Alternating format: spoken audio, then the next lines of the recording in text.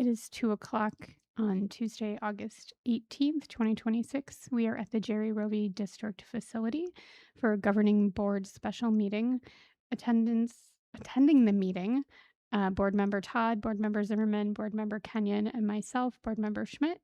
We also have Dr. Doozy and Dr. Joel. Ms. Zimmerman, would you lead us in the Pledge of Allegiance, please? Pledge allegiance to the flag of the United States and to the republic for which it stands, one nation, under God, indivisible, with liberty and justice.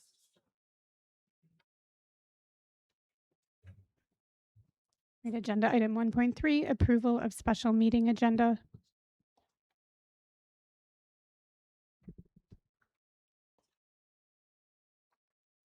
I make a motion to approve the special meeting agenda form consistent with Board Policy 1-302 and temporarily suspend governing board policy with which this agenda may be inconsistent.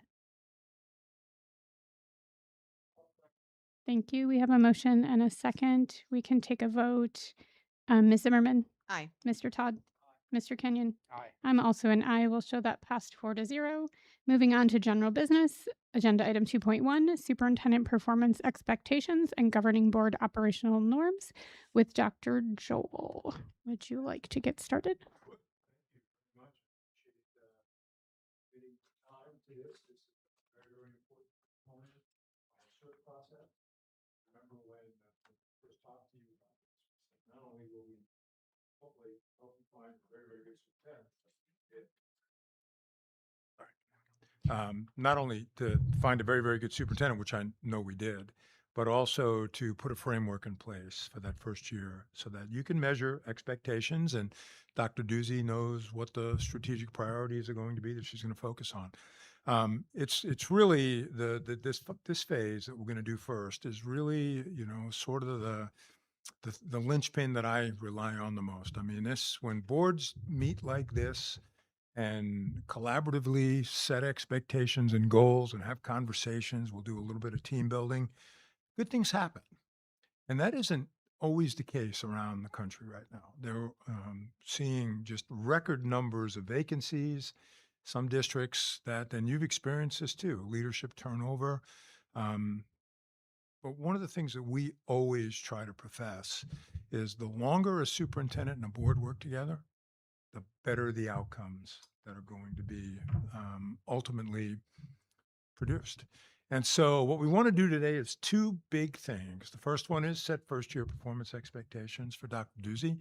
I know her and I have had a number of conversations. She's been working overtime, learning all the things Liberty ESD. But she's also found time to hire people and of course get to know you. And doing it, as a superintendent does, 50-hour work weeks at a minimum, sometimes 60, which by the way, I don't miss any of that. But really the focus is what's going to be important. So the big piece is those first year performance expectations. And then when we finish that, and that won't take probably, I imagine about an hour and a half, then we're going to work on some operating norms. It's really and I'll talk more about what those are, but it's really the way that you manage your work with each other and how crucial that is. Every board that I've worked with this year, I think this is my 12th retreat. It's my last one till the next season kicks in. Every board is struggling with some dynamics, struggling with, elections that are coming up, budget shortfalls, those kinds of things. But at the end of the day, the most important thing that successful boards and superintendents understand, it's about the kids. Because if it fails here, it ultimately fails at the classroom level. So thank you for your commitment to this. And I've done a lot of these. They're a lot of fun for me. They're all unique. Let's get to work. And this is just going to break the ice a little bit. And I'd like everybody to participate. Think to the time you made the decision to run for the board or apply for the superintendent position. What the heck was on your mind? No, what was your motivation to do so? Sorry. Who'd like to go first? Break the ice. All right, I don't mind going first. When I first got involved. I was I'm a parent. I have 3 kids, well, 4 kids that have been in our district, and a couple of have graduated out. Um, Still one left in the district, and about 5 years ago, I started really paying attention to what the governing board was. As a parent, honestly, I didn't have any idea what the governing board was, what the importance was. I always thought everything stopped at the superintendent until I had an issue in a classroom and it had to be elevated to the board to get resolved. And that's what kind of opened my eyes as a parent as, hey, the board it's a very crucial component to these school districts. And I just wanted to be able to fill in for not only my kids, but the other kids in the district, just basically, like you said, making sure that we're student centered, making sure that we're protecting parental rights and just being, doing what we need to, being fiscally sound and just good policies coming through. And so that's kind of the reasoning why I decided to That's great. go for So the board. nobody coerced you, nobody dragged you down to the courthouse to file and Nope, not this gave you the time. $10 or whatever it costs to file in Arizona. Nope, this was just as a parent. Good. Thanks, Chris. Appreciate that. Who's next? I'll go next and go in order. So I have a child who does not go to this district. And actually, that was part of some of my motivation to come and work within the district. Full transparency. I knew it was only a 2-year seat, so my commitment was not as large as some other people were going to be giving. But we were in a transition period with him moving out of the Montessori private school that he had been attending. He needed to switch to a different school. And I didn't really feel comfortable sending him to Liberty. Full transparency. I heard a lot of things, not all of them great, and I was concerned. And we chose to send him somewhere else for multiple reasons. But we're making a huge commitment in doing that. We drive an hour each way to take him to school right now. So I literally spend 2 to 3 hours a day in my car driving him to school. Not everybody has that ability to make that choice. And I didn't think that people should have to feel like they needed to make that choice. That I went to public school all the way through, and I'm a big believer in it. And I felt like everybody should feel very secure in choosing their local public school if that was the best fit for their child. And so I wanted to come and see what I could do in a couple years and try to get it so that the next parent, if they choose the school we did and drew the hour drive because that's the best fit, then that's fine. But not that they felt like they had to because the fit wasn't good enough here. Okay. So just bringing stability and, I think Liberty, and I didn't know a ton about the district, to be perfectly honest, other than what I heard from community members and neighbors and what I had seen in my own walkthroughs. But it didn't have the best reputation at the time, right? And that's what I was hearing. I wanted to come and help raise that reputation so that when the next parent was in my position, they were like, oh, obviously this is a great place to send our kids. They have great programs and opportunities and all of that. So that was my motivation. Great. Thank you, Sarah. So we'll just go around. Yeah. That mic might not be on. All right. Well, thank you for the great question. So this is going on my 29th year in education. And if you would have asked me when I first started as a special educator, if I'd ever be outside the classroom, I would have said, absolutely not. I will always be in the classroom.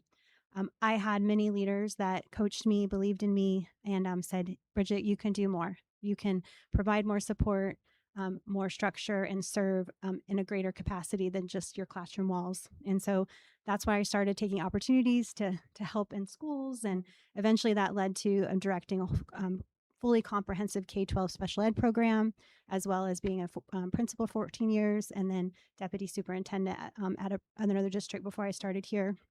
The reason why I chose to come to Liberty is actually, I know it's kind of cheesy, but it's the truth. It's what I live by. It's what my mom taught me when I was very little in life.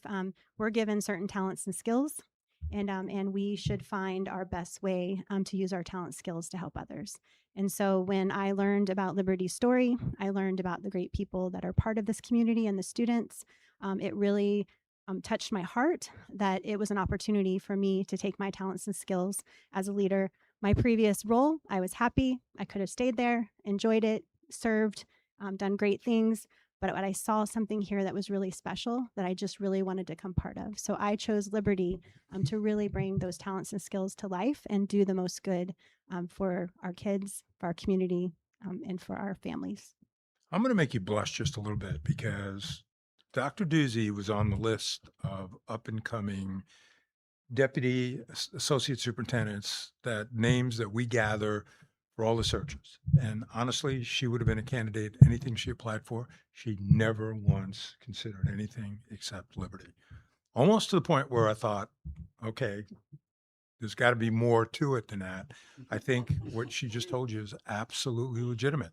This is where she wants to be. So, right reasons. Thank you. Michael. Well, I've been a resident and parent in the district for many years. My daughter graduated high school finally, got out of the district, went to high school.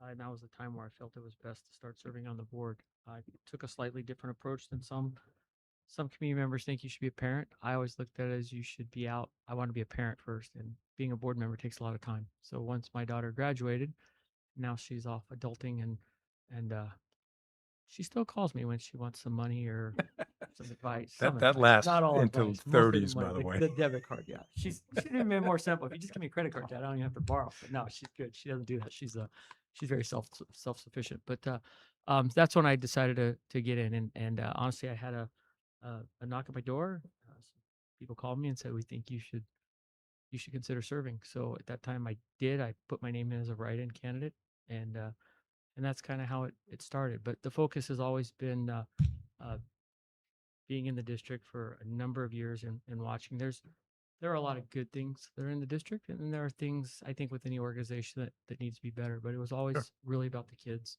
the students, and the staff, and finding that. I think we recognized that the district had been through. There's kind of ebb and flow, and there was gonna be some time for changes. And in the very beginning, I said it's gonna be rough, and then the tides will smooth out. I think we're hopefully getting to that point. So it was really exactly kind of Thank you. how How many terms have you done? I did one, almost a full one. I took some time off. I had some work commitments, and then I got reappointed. So I've just under 6 years. It's Under kinda 6 years. term and Okay, a half. great. Yeah. So basically. Yeah, thanks for sharing. Kelly?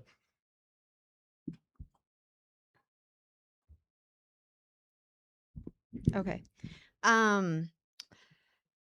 I feel like mine is a little unique. I guess I was very well aware of the board before I became a board member. I came to meetings regularly for 6 years. Made lots of public comment. Very very involved. And I had been asked before to run, and I chose, as people say, kind of to use their talents in different ways. I was the PAC chair one year instead of running for the board. I thought that my skills and that was like an immediate need. I chose to do that year instead. And so then in the course of those 2 years, decisions were made on the board, actions were taken on the board that I just really disagreed with, and really, so many different staff and families were so frustrated with the board and just felt like they weren't being heard, they weren't being listened to, they weren't valued, they weren't supported, things were being, done in secrecy. And so I just felt like, you know, it was my turn to use my voice up here, and I felt like my voice as a former teacher, as a parent, current parent, with a gifted child, with a special education child, like I just felt like I had a lot to bring to the board. And I wasn't afraid to use my voice. I wasn't afraid to ask questions and advocate for things up on the board. And I think that was important to people. Um, and oftentimes people would say, kind of like you, well, if you're not happy, if you don't think it's going well, why don't you move your kids? And I'm like, but this is my neighborhood school. My kids walk to school. Why should I have to move? I don't want to move. I don't want to take them somewhere else. And so, it was really that feeling like, of course, I want it better for my kids, but, similarly for everybody's children. A lot of people don't have a choice. They can't take their kids somewhere else. And so we should be proud of our neighborhood schools. And it is a special thing to be able to like walk to your school and, play for your neighborhood, school and be on their sport. All those things are super important. Um, and so, I finally decided it was time. And so Good reasons. I ran. Awesome. Great responses. I'm going to flip the script just a little bit now. I want you to think back to your high school experience. Who was a teacher that motivated you to do well? And who was a teacher that, as you look back, wasn't very good? Now, if they happen to still be alive in town, let's not use names. What were their traits that made them that way? Who'd like to start? I'll go ahead and start again. In high school, I went to high school up in Minnesota, so I think both of my teachers have both retired that I'm going to talk about. First one is Miss Cordy. She was our English teacher. My sister, my brother, myself, my other brother, we've all had her. And in her class, she was wonderful lady, kind of that, if I could say it, more of a bulldog attitude. She just kind of would go for whatever the lesson was and really dig in. And we would have some very unique conversations in that class and outside the class. Sometimes there were things that were controversial that were taught or whatever, and parents would get involved. But she was always super respectful and willing to listen. And because of that, my siblings and myself, we all had a very good experience in her room. And so I think that made that class for all of us very influential. We learned a lot in that class, not just what was being taught, but also, just how to treat one another. It was very good. Then I had another teacher. His name was Mr. Debner, and Mr. Debner was very engaging with the class. He brought lots of things for us to look at. He was a history teacher. The problem I felt in that class was that his style of teaching was in getting the kids excited about an individual thing, but he went so fast he lost most of the class. He tried to blow through as much as he could without a history fan. making sure that the kids were Yeah. actually gravitating and learning and soaking it in instead of just being entertained. And that's what I felt in that class. So Really build relationships. not as much. It was more entertaining than it was education. yeah, So okay. definitely Back a in the old, balance. good old lecture days, make it riveting. Sarah. All right, this one's a hard one for me. Not the first part. I'm going to do the first part second because good teachers, I have a whole list. Like I could go on. Poor teacher, I have one that jumps out in my head, and he was so bad, I don't even remember his actual name. He was my biology teacher. He was also the football coach and the athletic director at the school. I can picture him, but I could not tell you his name. That's how much impact he had on me. And I'm a biology student. I'm a biologist now. But my biology teacher from high school, I can't even remember his name because he gave us the book and he said, go to page 97 and do 1 through 4. And then he sat at the front and planned his football and planned his athletics and didn't pay any attention to us. So there was no engagement. There was no real teaching. There was nothing. It was, do the 4 questions at the end of the section and then sit there and be quiet. Terrible teacher. Excellent teachers. Again, I had so many. It's hard to pick one, but I'll pick Mr.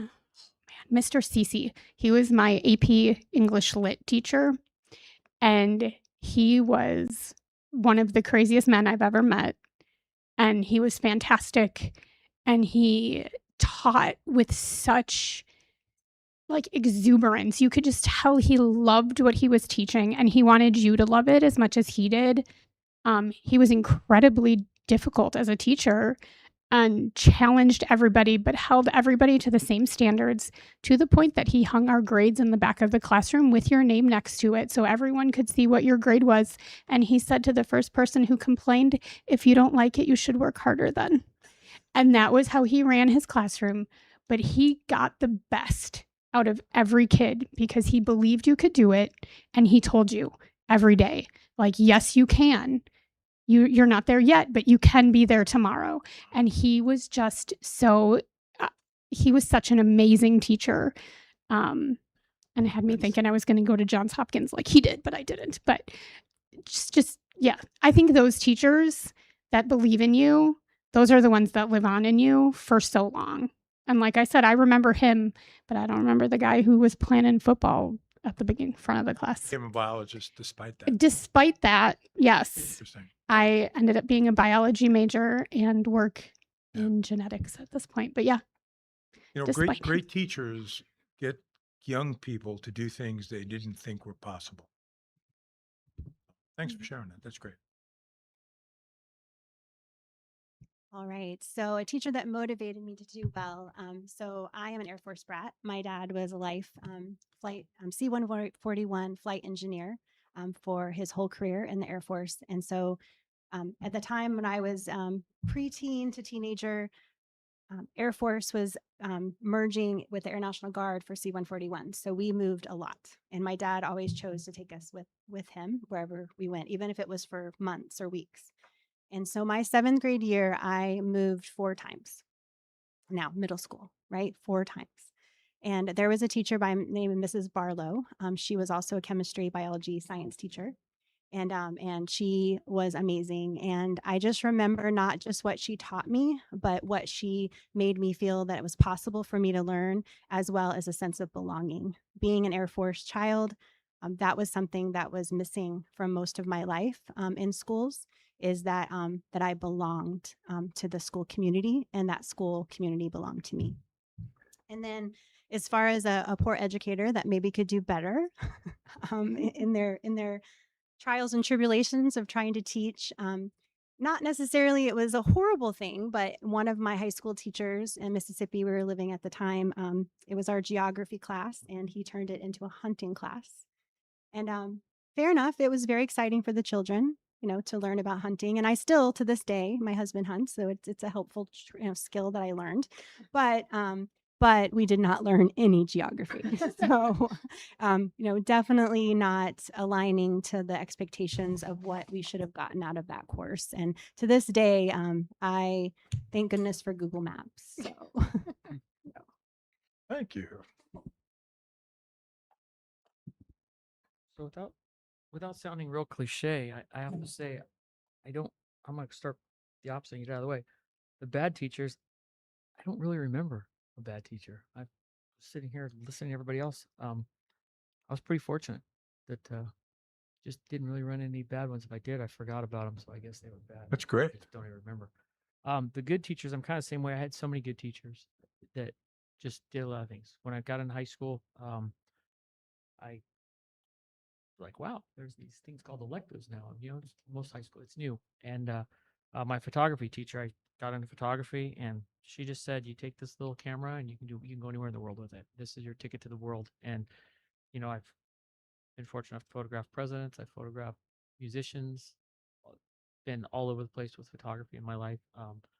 Published in magazines, published in newspapers, and it's opened up doors that never would before. It's kind of Yeah. fun to be like, oh, I was out with this band. I was with this sports covering Cardinals, Diamondbacks. Got to do all that over the time. So she just really said you can do anything you want to do, and that was awesome. But every teacher that I had that I remember, which the list, I'm old and I still have a good memory for this, except for the bad ones. I forgot them, I guess. But they all treated education, their job, kind of as a lifestyle. They were committed 100% to the classroom and the student and their coworkers and no matter what it took. If they needed to meet with you on a Saturday, they would meet with you on Saturday. They would meet with you after hours. You know, there were times math, certain parts of math were never my best subject, calculus and those sorts of things. But I remember the teacher saying, we'll go to baseball practice and I'll come back and we'll get together after baseball practice. It'd be,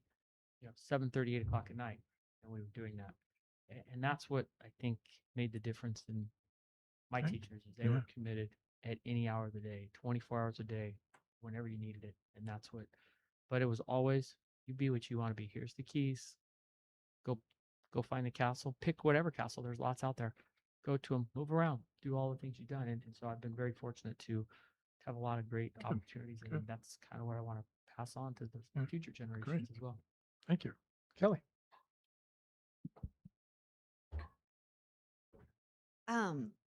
When I thought about this, I just feel like I don't have that good of a memory. I don't know if like four kids like took out my brain, but I don't have that many like strong memories. So like for me, I don't necessarily have like some strong negative, experience with a teacher. Um and for a positive one, I think the one that sticks out to me is my 10th grade honors English teacher, because he really challenged me. I'd never, encountered, I guess, struggling in school. School always kind of came easy for me, and he was like, "No, it's not good enough," um, you know, and I looking back, I feel like I learned to write that year. And I often say to my kids, like, you need a teacher that's going to teach you how to write. Writing is such a critical skill. And I look now and how many of us, adults, kids struggle with writing. And unfortunately, now we have this AI that kind of like writes for you, which is I find a little bit scary. But because I just think it's such a critical skill to be able to do on your own. Yeah. And so I really credit him for Good. teaching me how to write. Okay. You never had a bad teacher. Good. I You know, just don't have any. look at the things that you just described. You described educators as, almost unique to themselves, right? The good ones. They found things in you that you didn't see in yourself. They were engaging. You knew they cared. They were genuine. They went above and beyond. That's the kind of people you want in your system. This is the profession that makes all professions possible. And the reality of it is they're never going to get paid or compensated at the level of the positions that they're creating in the minds of children, but they don't do it for that. They do it because it's a duty and they care. And so that's really when you serve on a board, that's what you want in your schools are those best teachers that you've had because it worked for you and it'll work for the rest of the students in there. Let's close this part down very quickly. One large challenge, just one. That's all you get. I'll give you a chance later to come up with more than one. What's the biggest challenge looming in your mind? Let's start with Kelly this time. We'll go around this way. um, I'm just gonna say one that comes to my mind. I'm not sure that it's the biggest challenge because, as you said, there are lots of challenges. Right. Is there have over the last 18 months, there have been so many things done incorrectly, not following procedure, not following policy, all kinds of things that need to be undone, that people need to relearn expectations and job responsibilities. And I just think it's created this like ripple effect across the entire district, that I think is one of the biggest problems Good. that's Thank you. facing Dr. Ducey. Perfect. Great way to start. Michael? I think one of the biggest challenges for the district is the same challenge that most of the country faces. And let me say the whole thing before everybody jumps to it. But the uneducated voter. And what I mean by that is there's a lot of people who form opinion. They believe something is happening in the district, but they believe it based off of their own personal knowledge, not based off of what the law says or what the reality is. I always give the example sometimes if somebody is to, if you and I are walking down the street and a bus is coming and you're going to get hit, ran over by the bus, I could shove you out of the way. You may fall down and break your shoulder, but you're going to live. Or I can watch you get hit by the bus. The next day, people come and talk and they say, "Did you see what Mike did to Dr. Joel? He just knocked him out of the way and broke his shoulder." True story. Yeah. I did knock you out of the way and break your shoulder, but I saved your life. Sometimes you have to understand the whole picture of what's happening. And things happen. And when you're in a government environment or any fast moving environment, things happen all the time, but people don't always understand. Yep. And as you talk to constituents and they come at you pretty aggressively, if they'll stop and listen sometimes, they go, "Oh, I didn't know that was the law." Like we raised our hand. I agree with you 100%, but the law says we have to do this. Yeah. So there's times where we have to vote to approve a policy change. I don't personally agree with it, but I have no choice but to vote yes for it because we hold our hands up and say we're going to uphold the laws, the Constitution of the state of Arizona, the county. And so the law is passed. We have no choice but to do that. Some of your constituents will come out to you. "How dare you vote for that?" I had no choice. I took an oath that said this. "Oh, is that what that meant?" Yeah, that's what that meant. We have no choice. So I just think there's a lot of opinions that are formed sometimes that are not completely vetted by people, and it's kids, so it's passionate, and it's people's kids. There's nothing more sacred, more precious, more vulnerable. Right. How you put those three words together to describe something is the only way you can do it is really say child, student. And so that becomes, so there's passion and people will see stuff and you're trying to make moves as fast as you can. And it's challenging. It is a challenging thing, but I think the more involvement the community becomes, the more they start recognizing some of those things that are out of control. Yeah, good. I don't think anybody on the boards at Liberty, for as far back as I can count, have done anything maliciously or done anything wrong. They've done it with the best intention. Now, was the result the best? Not always. Yeah. But that happens in surgery. That happens everywhere. There's things that happen that you think you're doing the best thing, and later you look back, I'd like to have that one back. But to be more involved and to get more community involvement, that's a challenge. The room should, And there's things this room you should be can- too small for our meetings. We should be at a gymnasium and have 300 people at them. Instead, we get 20 on a good night, or a few more if there's something really, really sensitive. But I think just stopping, educating, and understanding things makes a change. That's a good one. Every district in America is contending with that.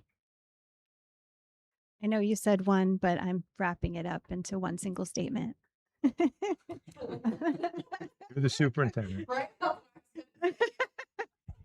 Clear systems, processes, and communication. And I can definitely elaborate on that. I think, again, to kind of mirror what Board Member Todd just mentioned, I don't think any of the processes or systems that need realignment come from a place of malice or a lack of positive intent. I think that there's some drift. It took Liberty a while to get where they're at right now with their system processes and communication. And it's going to take us a little time to get out of that and really be systematic and strategic on how to make sure that our systems are very clear, known, our processes are practiced and evaluated, measured, adjusted, right? If we need to adjust a process that's not working the way that we hoped.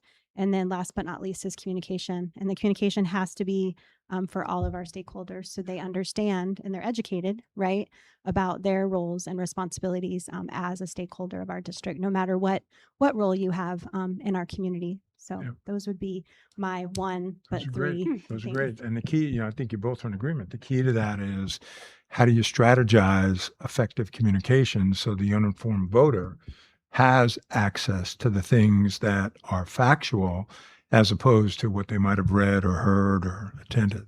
Sarah, what's yours?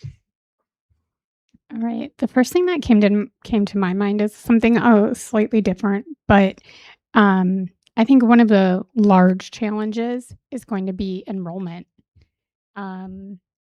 And we're actually doing really well right now. We're up from last year, which is fantastic. But just in Arizona overall, districts are losing enrollment. We see like Scottsdale District is closing multiple schools because kids can choose to go anywhere. Parents can choose to send their kids anywhere or keep them at home. And a lot of people are choosing that as an option as well.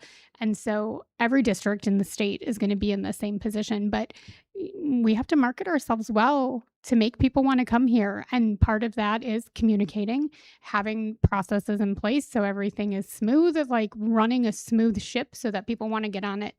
But, enrollment, I think, is for everyone, but obviously drops in enrollment mean drops in money, which means Work with all of any the other things. district in Arizona this year or last year that has more kids the next school year than they had the previous. So that's something's going right. And I would tell you, with your leadership turnover, I would have guessed that number would have gone the other way, just because people see what's happening in this room and they're recognizing that if this appears to not be fully functional, then what are the schools and what are the classrooms going to be like? So somehow, some way, you've still got buy-in from your community, which is great.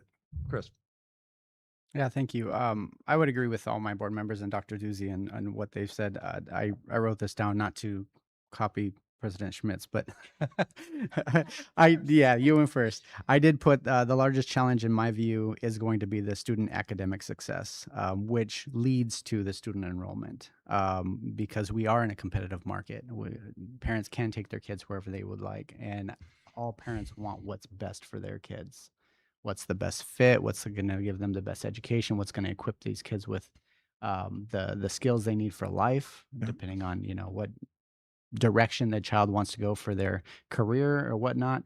And so the better we can equip these children, I think the more parents would be willing to send their kids to the public schools. I know a number of parents that have removed their kids from the public schools and went elsewhere due to policy changes, due to a number of different things. But really, they all say, well, I just wanted my child to have a better education. Yeah. I wanted them to come out with higher grades, higher understanding of the content. Yeah.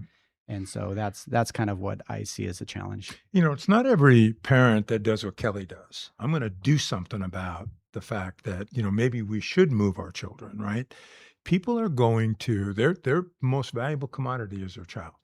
And if they don't feel, based on whatever metric they use, if they don't feel like their child's getting the very, very best education they can, they're walking. And Arizona is one of the most liberal states in the country for option enrollment and charters and those kinds of things. You just don't have a lot of, there's just no barriers, right? You find another district, you go. You get mad at the kindergarten teacher, you go to another school. But there's things that you can do, and we're going to talk about those in a minute. But here's what I want to just spend a few minutes on. This relationship, Dr. Doozy, you four, and Brian, when he gets here, this is the key to a high-performing district. That when it works here, it works throughout the system. When it doesn't work here, it isn't working throughout the system. Even though school's open and kids are engaged in activities, the real problem. Sorry, I had the wrong slide. The real issue is that when this decays, people go into what we call CYA mode, because they don't want to get caught into any kind of political crossfire. And whether or not you want to admit it, this is you're political people, right? You got elected to this position. You have to answer to your constituents. You have to meet in public. And, to Michael's point earlier, you're going to get razzed and ripped. And sometimes people are never going to consider your side of the story because they don't want to. That's just not where the fun is. The fun is saying, why are you doing what you're doing? But this key, direct correlation to what happens in here, to what happens in your system. You want great academic outcomes? Make this work. If this works, academics follows. Teachers get up in the morning, they feel like they're part of the team. They don't feel like, oh boy, board meeting tonight, something's going to happen.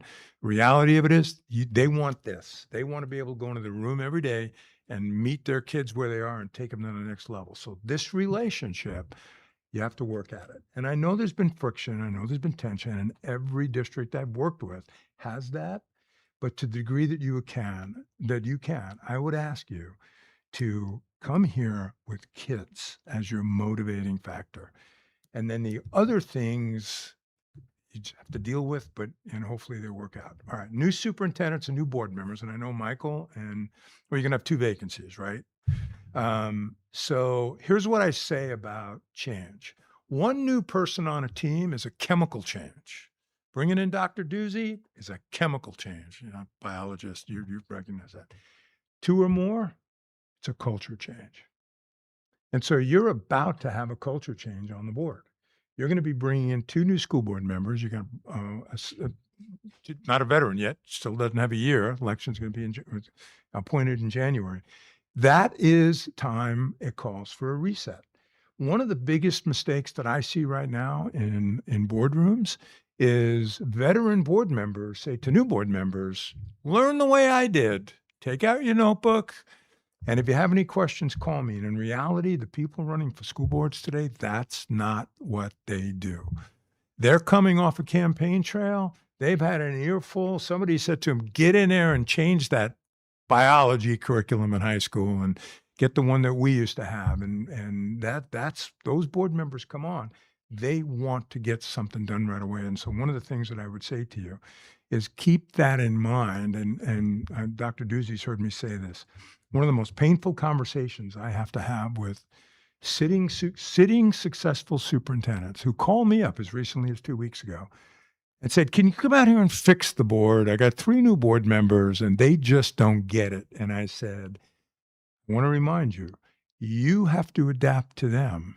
They're not going to adapt to you. People don't run for the board, to figure out how to get along with the superintendent. People run for the board to get something done because that's what they said on the campaign. People can't expect it to change who you are. You can't pretend to be somebody that you're not, but everybody should expect that you all operate within district expectations and that you're true to the cause. You have to have closed sessions, right?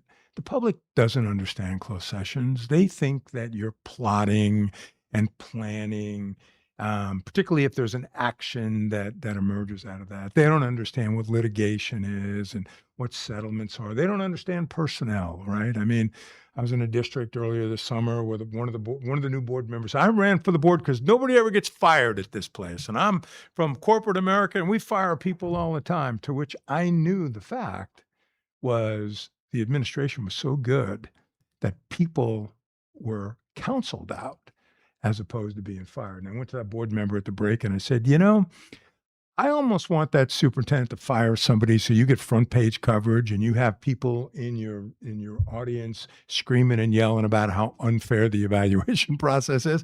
And I promise you'll never ask that again, because good administration works with personnel in a very, very professional way. And they keep it off of the headlines. So you can't pretend that you can't. And then my other thing is really, all members need to be all in. When you make a decision, everybody has to support the decision. I'll give you a best example I have. I don't know if you know Lincoln, Nebraska, but at the end of my very first year, a disgruntled reading recovery teacher was about to lose her reading recovery position, and she got mad over Memorial Day weekend. She had to turn in her box of performance assessments, and her principal was going to help her on that Tuesday, but on Sunday, she went up, she lit them on fire, put them in her director's office. It's a 1954 State Farm building. We didn't have any insulation. We had personnel files stacked in the hallways. The entire building was destroyed. We lost everything. Thank God we cut paychecks the day before Memorial Day. So we went through this whole process of where we're going to relocate the building, and it got really, really political. The mayor had a strong opinion. The conservative business group had a strong opinion. I had my own opinion. Every board member had their opinion. And on the day of the vote, and I mean board members worked hard, and this is the end of my first year, so I'm still trying to figure out the Lincoln way of doing things. There was a board member who he was a banker, he took a ton of time, and he personally did traffic counts and, worked with the county, and he had a really good site, and I thought that was the best site. And he was convinced that he had 4 votes at that board meeting. Because again, this was one that you had to give people the right to say, vote no, Chris, because I know you can't, because if you do support it, they're coming for you. So we've got the numbers to go. That was sort of the one-on-one conversations. I'm not encouraging that.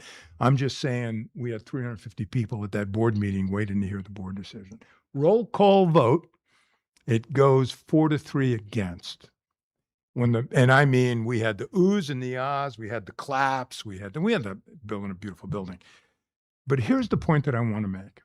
That board member who worked so hard to answer every single question that he could for this site that he felt was just perfect, and others agreed, the media went right to him after the vote because that was the headline, right? The headline is Kevin didn't get what Kevin thought he was going to get. And so I sauntered over, his cameras are on Kevin, and here's what he said, and I'll never forget it, and I actually get goosebumps when I think about it.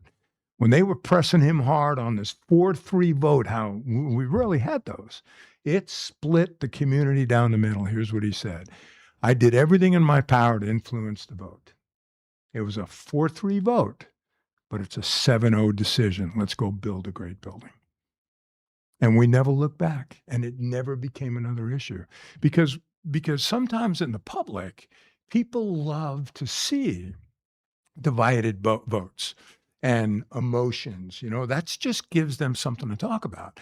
But in reality, when you're unified and you stand tall for the things that you do, even if you didn't agree with the direction, you send a message to everybody in your system and everybody in your community. All for one and one for all. So that's high performing. You can't be high performing and have individual agendas that the superintendent has to try to meet on a daily basis. And you can't you can't pretend. There's no pretending. And you've had a lot of superintendents in a short period of time, and you've got to break that cycle. And I think you've got the person now to break that cycle. And think about what it'd be like in 5 years when stuff starts happening here. And instead of saying, boy, that was a long 18 months, boy, that was a great 2 years. We got a lot accomplished. That's what we're going to do today. Okay, very quickly. Board members understand roles and responsibilities. Where does that get blurry? Personnel. When board members want to provide input's good, but influence is not good. Right? And as a small district, when you have somebody who calls you up and says, hey, my daughter's coming back from Hawaii and I really like to see her get a job. Can you see what you can do? And you think, well, yeah, I can call Dr. Doozy. Know that that's crossing a boundary, right? Personnel is the responsibility of the superintendent. Your job as a board member and as a board is policy development with the expectation that your administration is going to implement the policy effectively, even if they disagree with the policy, which, does happen on occasion. Mutual accountability, that's what we're going to do today. The goals that we're going to set for Dr. Doozy, I'm going to ask that you support those. So if you, and I'm making this up, and I realize that might be some people listening to this, if you create a goal for her that says cut the budget by 25% by December 1st, then my expectation would be that you have to wear that with her, because she can't do that by herself. And so when we talk about mutual accountability, that's really driving the relationship. At the end of the day, her job is to make you look good because the work is getting done and you're able to produce those outcomes. And at the end of the day, you want people to come up to you at your workplace, at a restaurant, and say, boy, I really do appreciate what I'm hearing from the superintendent or from the school board. Mutual accountability. Good news and bad news. Michael said it before. Not everything is good, right? It isn't all leprechauns and rainbows. There's going to be something, and I'll show you in a minute what those might be. You're going to see some things that are going to crop up, but as a team, you meet those as opposed to as individuals. Conversations above the table. One of the things that kills team unity is private conversations when somebody is left out of a conversation. And so We're going to talk about norms when we're done with the goals. And that's one of the things I'm going to ask you to think about is really how can you communicate most effectively amongst yourselves? Because you're going to get aggravated with each other. I mean, it's just the nature of what we do. And then we're going to talk about the norms. So here are the challenges. So superintendents and boards get challenged all the time. The nice thing about the summer, you started school, so you probably have already had a couple of challenges. But the nice thing about summer retreats, nobody's really mad yet, right? They will be pretty soon. Maybe they are. But in reality, they're getting warmed up because these are the issues that become community topics: personnel, hiring, terminating, evaluation. I was in a district 2 years ago. Superintendent left after 5 years. Nobody had been evaluated in that district for 5 years. None. Basically, cease and desist. I've never seen anything like that before. Budget and taxation, spending priorities, enrollment declines. That's not you, but that's there. Hardest thing a superintendent does is lead change. And I'm going to tell you, and you know this, right, in your own life. I often ask groups when I'm doing presentations, how many of you like change? There's always a couple hands that go up, right? I like change. I like change. Well, I kind of think they're not being real truthful because we have to change. Like, I mean, I'm learning so much about AI right now. It's sort of like, I can't believe I need any of this, but it's a major change in the way we operate, and it's about to become even more so. But the reality of it is most people want this in their lives. They want tomorrow to look almost like today. And in education, you can't move the needle and give people that, right? Curriculum changes, approaches to teaching change, schedules change. Change the bell schedule at one of your schools and watch people not handle that very well. Change a bus route. Instead of getting picked up first, you're picked up last. That's not going to go very well. People don't like change, which is why great superintendents like Dr. Duzey never wake up in the morning and say, how can I change things today? Because change has to be systemic. But know that the goals that you create today, if they're going to incorporate change, it has to be done systemically, and it can't be done by declaration, because that never lasts. I mean, the last thing in the world that I want you to do today is come up with 5 goals, and Dr. Duzey stands up in front of whomever next week and says, well, the board wants this, this, this, and this. It's what's good for the district. It's what does the district need. We now have a superintendent that's come in that's had a lot of success. Community staff dynamics, individual agendas, and social media. I wish we didn't have social media, but everybody's dealing with social media, and you know it's there, but that takes on a life of itself. Some of you are probably very active in social media. Some of you, like me, I have 6 friends. That's it. That's I just show kids stuff. I learned my lesson, and the reality of it is that those are going to be. The nice thing about what I can do in retirement is I can get into social media now, and I can use my name if people still remember it. And I can clarify some of the stupid statements that are being made. And it's really much fun because what happens is the conversation stops because somebody saw something on the news, something happened in a neighboring district, and all of a sudden they jump to a conclusion. Well, that's, who made that policy? That's social media. And then chain of command.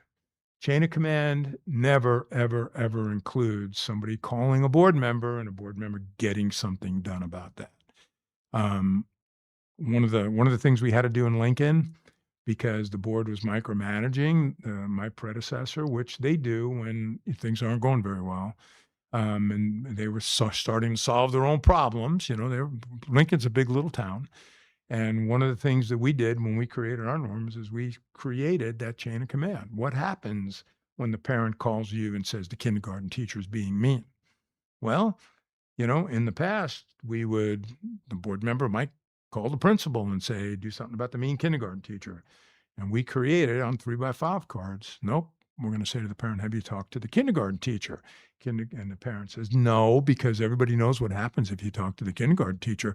She's going to beat the kids even more. Well, have you talked to the principal? No, because the principal always defends the teacher without caring what the parent says.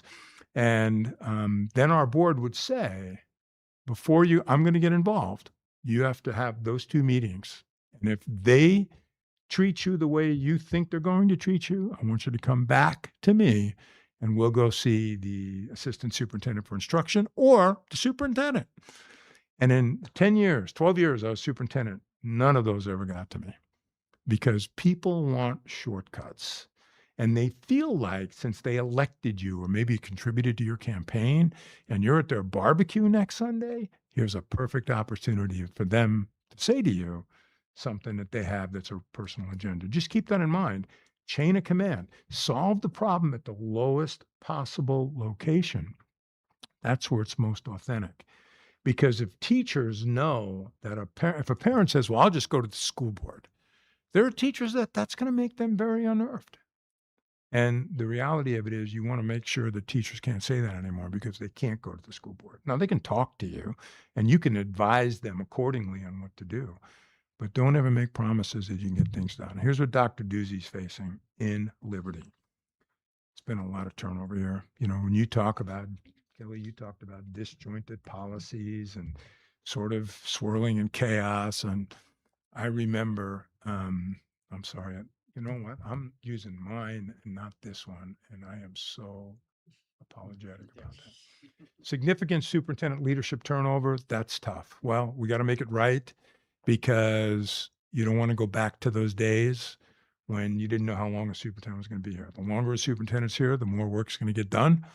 And the longer you stay committed to the board, the better the work's going to be as well, too. Developing authentic and trusting relationships. There's a lot of, she's got to prove it first because she's not going to be able to prove it. The other 3 or 4 haven't been able to prove it. And so I'm reserving judgment. There are people in your system that are reserving judgment. Learning gaps, you have them. I don't know where they are, but they're there. And every superintendent and every school board has to make that a priority because you said it. Most important thing, how do your kids do academically? Nothing else matters. Strong political views, social media, trust building, you got them. State and national issues. I think you've got a superintendent that will very, very well has been involved in state and national conversations. But what happens in your state and what happens in the country with education is going to impact you.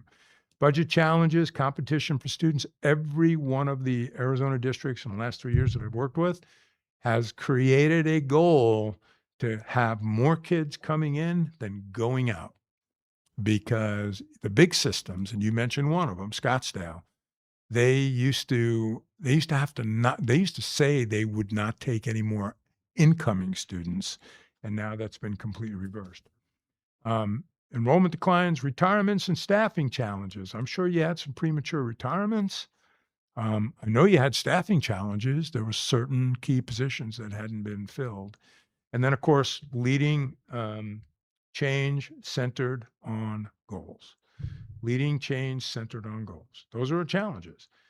So what do successful districts do? They hold 2 retreats each year, summer and winter, to maintain district team progress. You're going to set some goals today, but they can't sit on a shelf.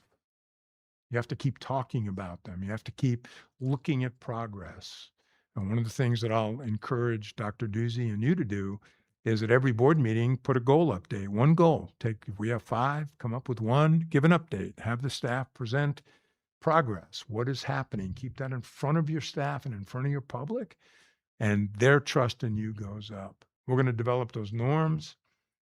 But here's the problem with norms. I was with a district earlier this year. They have norms, but they don't know where they are. They don't have them, right? So when you develop them, adopt them, practice them. Identify district and community events and make sure that you're there. Your visibility matters. Some of you have more time than others. That's understandable. But the more you're seen in public, the more that Dr. Doozy can introduce you to some of the groups that she's interacting with, the better people begin to feel about your system. Strategic partnerships and then student feedback and advisory. So these are the things that districts that are high performing really set their mind to doing. And again, that doesn't mean that the next board meeting is going to be packed with angry people with lanterns and pitchforks. But at the end of the day, you deal with that, but you focus on the big stuff. Okay, so here's what we're going to do, and we're going to change the format a little bit since we're in a sort of an intimate circle. I think you've had an opportunity to write down those 2 or 3 things that you believe that Dr. Doozy should focus her first year on. And so what I'd like to do is sort of just go around the room and let's see what you come up with, and then we'll put them together. We'll create some measurables for them. We'll wordsmith them out. It won't be a finished document tonight because I want to think about it as I'm going home. And then probably first part of next week, I'll get them down here sort of crafted in a way that makes sense. But they need to be actionable and they need to be measurable. So who would like to start? I'll go ahead and start. Yeah, I had some time to kind of think about these, and I have a number of them. But the first one I'll throw out there is kind of what I said before: academic outcomes. Be a little more specific. Yep. So my thought is by the end of each school year, we are able to demonstrate a measurable improvement in the district academic outcomes, including the student growth, proficiency, readiness indicators, and specific targets established for historically underperforming groups of students or even the schools. So when we have a school or a group of students that are struggling, we have a target for them specifically to try to help them improve. Good. That's a great one. Question that I would have for Dr. Doozy: how familiar are you at this point with where the district sits academically? Absolutely. So there's still more work for me to master exactly the academic achievement, but from the overview that I've been provided, definitely I know the growth by school. I also know the proficiency. As far as the underperforming groups, that's something that I would have to, dig deeper into our special education students, our English language learners, but definitely can look at those improvements that we need to make in both growth and proficiency. So I asked that question because, Chris, while I think what you have is that should be the focus forever and ever and ever, this year one really should be to conduct a comprehensive analysis of district academic outcomes and then share those with you, staff, and the community, and then begin to write the plan on how to get better, right? Okay. Could we, if we all probably have I was gonna similar say, 'cause- goals, Talk could we about it. talk about Yeah. an about academic, it. all That- share our thoughts about That was where I was going to go to because, my first one is along the same lines. I was thinking a little broader, maybe, because I just wrote down raising test scores / raising the letter grades of each school. Because I kind of was thinking about the letter grade in terms of that's how it's overall evaluated. So proficiencies fall into that, things like that. For something more specific, because I'm like, well, if they want something specific, I should write that down.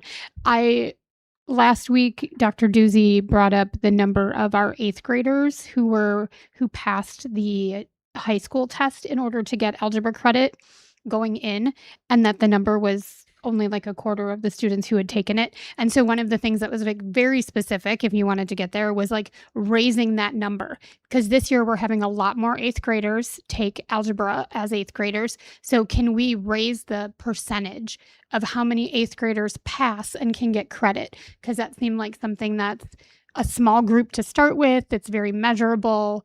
I think it's only 150 students or 180 students, something like that. Somewhere in there. So if we look at that and we say we want, 50% of them to pass and get credit, that's something that I think we could easily focus on for the first year. But again, that's very specific versus broader, all the things. And I want you to think more broadly year one, because everything is really about looking, listening, and learning. Mm-hmm. So, and people have already decided that they're going to enroll in 8th grade algebra.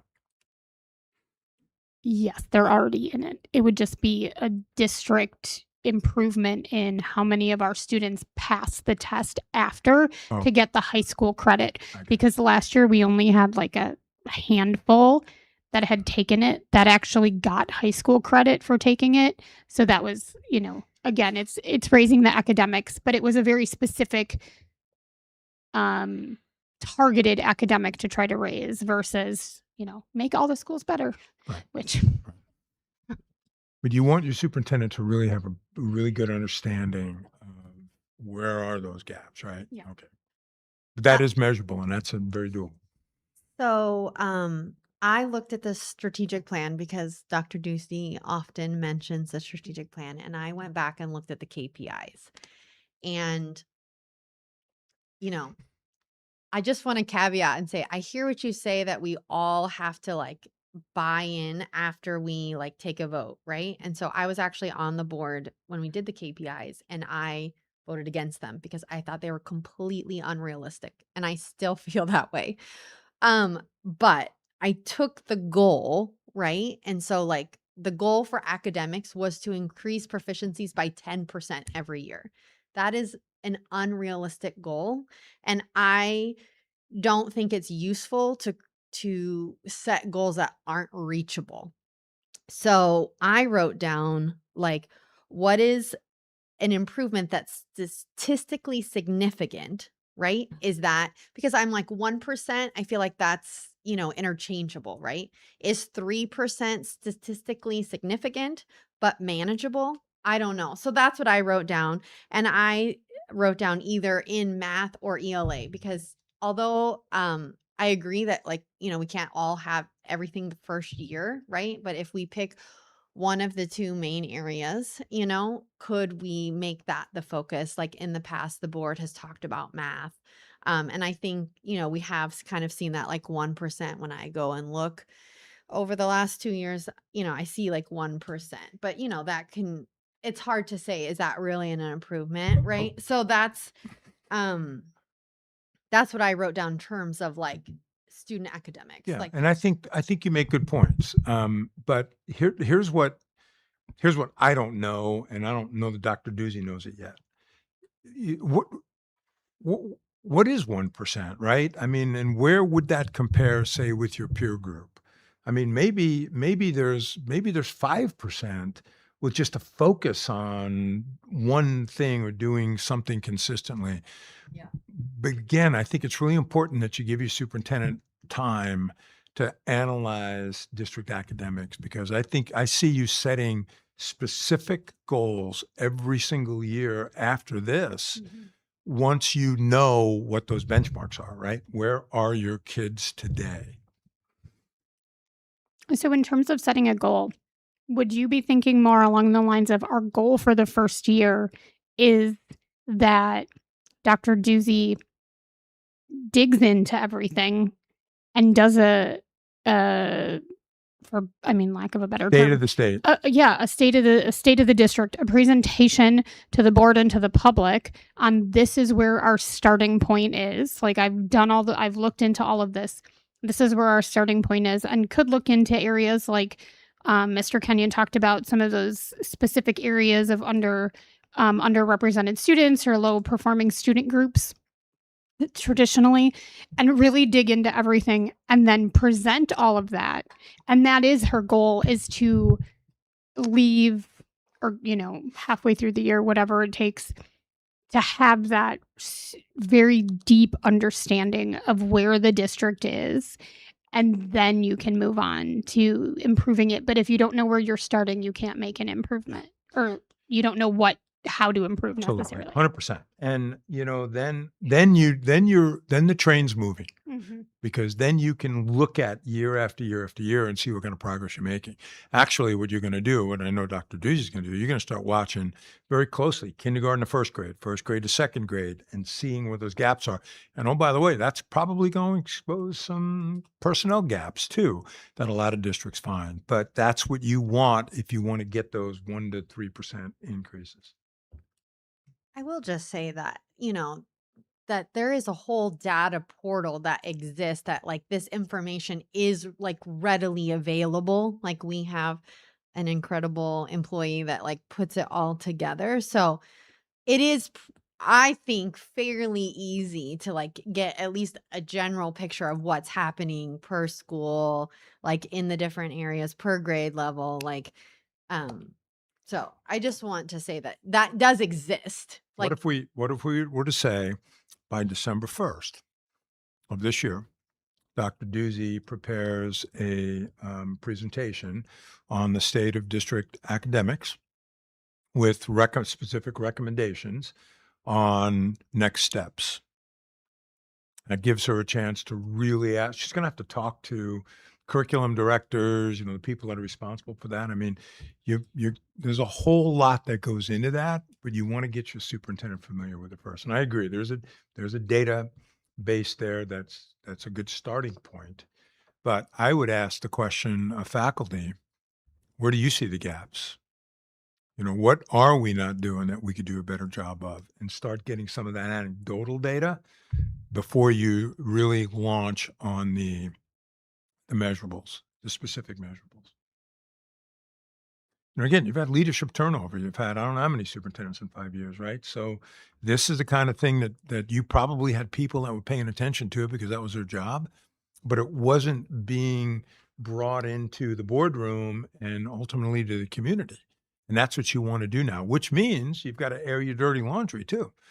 If you've only got 30% of your fifth graders at proficiency in math or something, I'm making that up too, you got to tell it. It's going to get better. That's our goal. That is what Mr. Kenyon's talking about, is we're going to get better every single year as a district. And we're going to be able to prove it.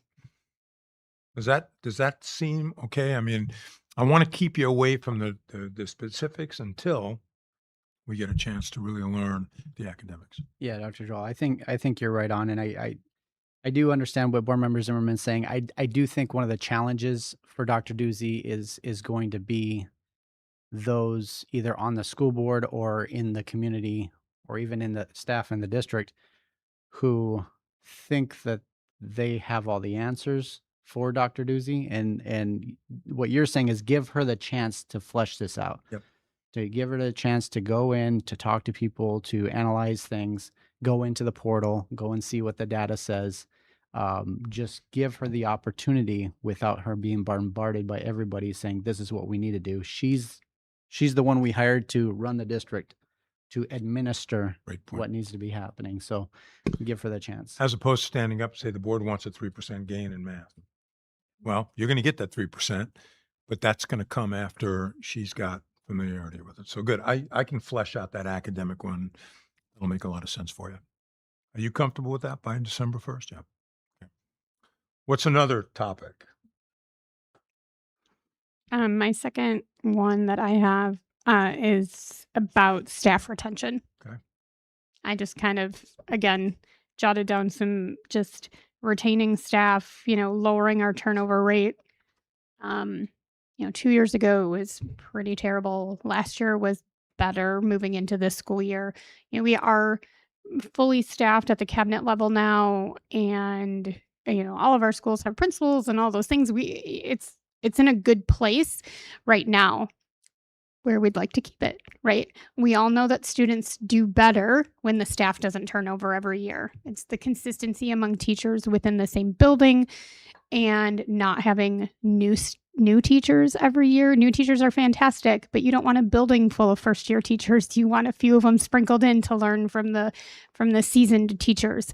And so really focusing on how to retain staff, whether that's better professional development opportunities or better health insurance or any of the things that go along with it. But I think that's important at any place. But I hear really getting that consistency between years and not having whole teams leave and whole grade level teams be gone from schools. Yeah. Just a question for you on the board, and I don't think Dr. Doozy knows the answer to it. Do you have your previous administrations, have they done exit interviews with people departing? Okay. yeah, I think it's, questionable. I don't think we've ever seen them. I've never seen an exit interview as a board member. Yeah. I think we say that they should exist, whether they're administered, how we encourage people to fill them out, Yeah. things like that. I don't, disagree with the staff retention. I think also it's one of those things that we need to have a clear number of how many staff left, right? We're not being told, unless, I mean, I've gone through and counted personal action items before to know 1 year, but I didn't do that this year. But I think that is an important number, right? That we all know where we're starting from You always too. want to be less than 10%. You want to be significantly, the lower you are off of 10%, the better your system is. And there's districts 12 to 25%. So, and I have no idea what those numbers are, but that's what you want your superintendent to look at. What's the 3-year history for those replacements? Because Sarah, your point is well taken. First year teachers have energy, vitality, entertainment. They can do all those things, right? But they don't know how to teach yet. They get that from experience and master teachers. Yeah, Did you have something else, Chris? yeah, just on top of this, and I agree with my fellow board members about this. I heard something on the radio just recently about this very issue about teacher retention and staff retention, and they're just talking about how districts are having to get creative to keep staff, but also because of the low birth rates Yeah. and where parents are sending their kids elsewhere, there's going to be a less of a need for staff in the coming future, and so that creates other challenges. But I think Liberty, we really need to sell the good things we have going on. And one of the big things that I've seen has been a draw for staff is the 4-day week for the teachers. And I know that they're still working on their off day Fridays and on the weekends and stuff. But the 4-day work week, I think, is a really big sell. There's a number of other ones, but there's also challenges because a couple years ago we had a whole group that basically blasted the whole district saying, if you don't like where you're at, quit, leave. And that caused a bunch of staff to leave. And it's a big political thing. And so we see these shifts, like Board Member Todd said, these ebb and flows of concerns in the community, problems that arise, leadership turnover, board turnover. There's just a lot that can happen. And so that's just another challenge. But like you're saying, the stability aspect, if we can keep things stable, Right. that's going to ultimately lead to a lot of retention. 100%. It's, you all know this.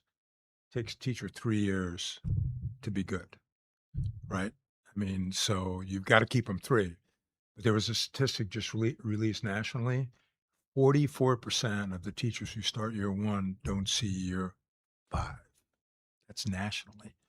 That's not good for education. So whether we need fewer teachers or not, and I think you happen to be right, Mr. Kenyon, the reality of it is they better be good, the ones that are here, because you're not going to get your academic outcomes unless they are. So, okay, good one. I can write something on that pretty easily. So I guess it's on. I looked at a couple of these things and I just want to add on to the retention of staff. I think this kind of ties a few together and instead of prescribing it, I think Dr. Doozy would come to this in some aspect. But I had the same thing, develop and implement a recruitment and retention for staff and students because we need both. But Staff and staff and students, which is kind of what oh, I think okay, what yeah, President Schmidt was talking about, retaining our sure, staff. But in order to retain our staff, we have to retain our students and we have to grow our student base as well. Yeah. Because otherwise, if we don't have the students, we're going to have to let staff go. Yep. And if we're a declining district that is losing numbers, we have no choice but to let staff go. People then don't want to come work in our district with the fear that they have to go down. So that ties a little bit into with the same issue with that is, and this is for her to decide, but perhaps it's part of this to develop and retain is to create a better professional development program for the district or to a true professional development program. That was just a note I had, but I feel like it all just encompasses in. So I'm not sure that we need to specify a professional Yeah. development plan because that's going to come to be. But with that retention, and I know money doesn't solve problems completely, but I think we need to look very closely at a long-term plan for compensation and catch up of employees who've been skipped over the years. We have some staff here who, yes, they got their 2% raise this year, but they got that 2% raise based off of no raises the past couple of years. So they didn't get their full 2% that everybody else I know. did. So I think we need to look, and it would help a board, I believe, and it would help our finance department say, this is our plan for every year. This is our plan for compensation. This is how this is going to go. We can spread that out over time. It's much easier if you know your car payment every month is X dollars.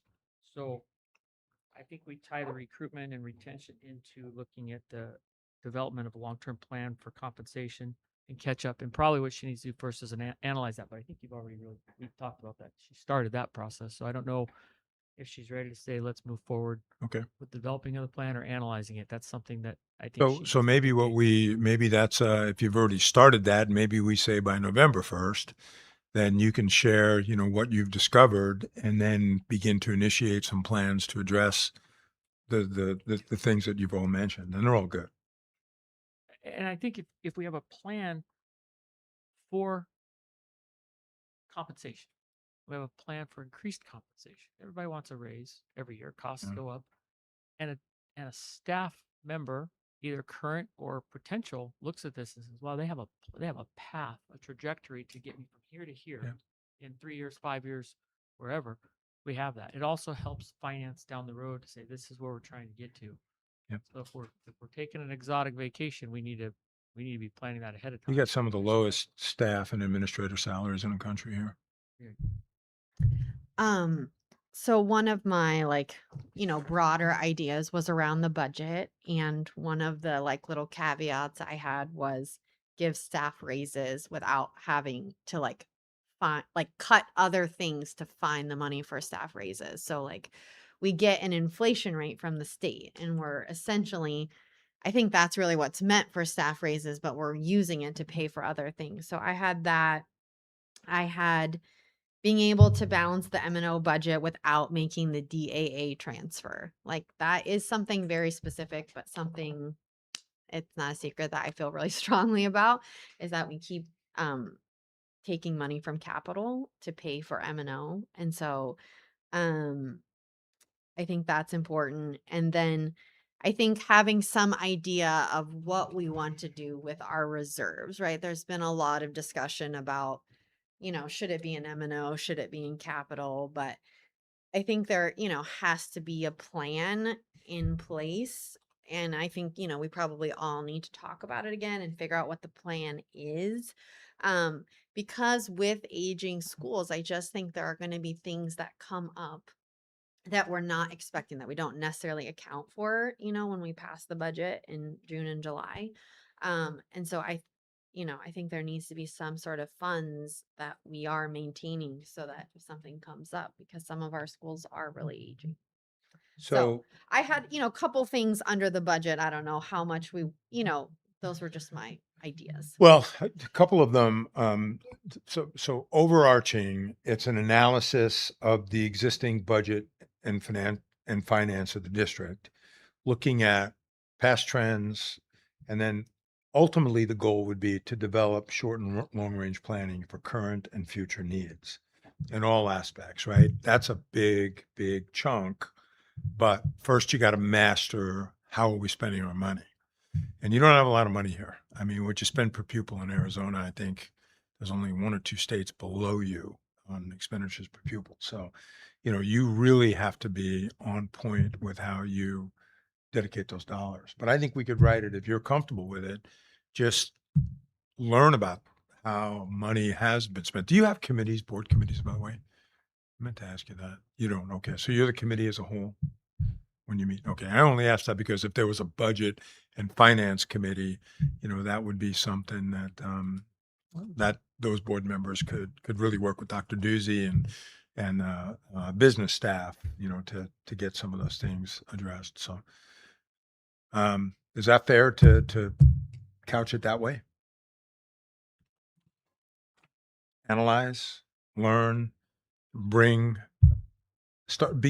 the process of creating short and long range plans for current and future needs. Okay. Dr. Doozy, what you've been here a few months. What do you think you should be doing?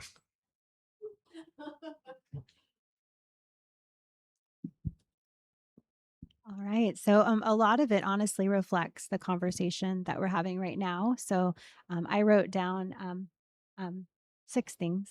Okay. And I mean, it kind of fits into all the buckets. So communication. And that kind of goes with that process and systems. Well, that I'm going to talk about that in just a minute. Communication as whole. When I talk about communication, I don't mean just a communication with myself and my fellow board member, my board members here, but communication across the board for all of our stakeholders. You know, when I think about what needs to get better, I know the word change, right? Often strikes people's stomach a little different. But if we say, what do we want to get better at? And I would say getting better in the area of communication, that it's timely, it's consistent, it has it's clear to whoever's reading it, whoever audience that you're conveying that communication to, that you're considering that audience and giving them the information they need in that communication to have the context to understand it. Because sometimes we communicate with our families, and I notice that they don't necessarily maybe have the context to understand the true meaning of what we're trying to communicate. And then also under that communication, it's really customer service, because the way that we communicate directly impacts the service that we provide. The second thing would be trust and relationships. And that's really making sure that I truly understand. I'm a big believer in putting relationships before objectives. Any great team has to have clear goals and clear action steps, but the team that's going to accomplish those goals and clear action steps is a team that trusts each other and has a relationship to get the work done. If not, you work against each other. And so part of that is removing that us versus them. I've heard you say this, Dr. Joel. It was probably a couple years ago when we met at some conference, but you said something about a vision, that if your vision is not united, then your vision is division. And so making sure that our vision is truly united. And then my assessment and observations of the current reality, and this is based on me meeting with lots of different stakeholders, including everyone in this room, is that culture of fear. And that's part of that relationship piece, that we're not going to get people to act long term out of fear. We're going to get people to act long term out of ownership and having them experience success that they create. That's going to make them last. And it connects exactly to the conversation of retention. It does. You retain people when they feel successful. When teachers leave after my dissertation was actually on teacher retention. Yep. Studied it for 6 years. And one of the major reasons why teacher leaves the profession is they don't feel successful, and also the support of their leader, but Good. And the recuperability in that, because you will have setbacks. So, Michael, you talked in your when we were going around the room about the people that don't have the facts, right? So I think the way I want to write this is that, the community, you said it, Dr. Doozy, communication for all stakeholders, but even more than communication, engagement, right? So it's easy to communicate. We can all put out newsletters, we can do radio spots, but what's that two-way engagement like? So how do we figure out ways to invite people in so that we can engage them, right? That could be advisory groups, that could be, parent groups, it could be whatever.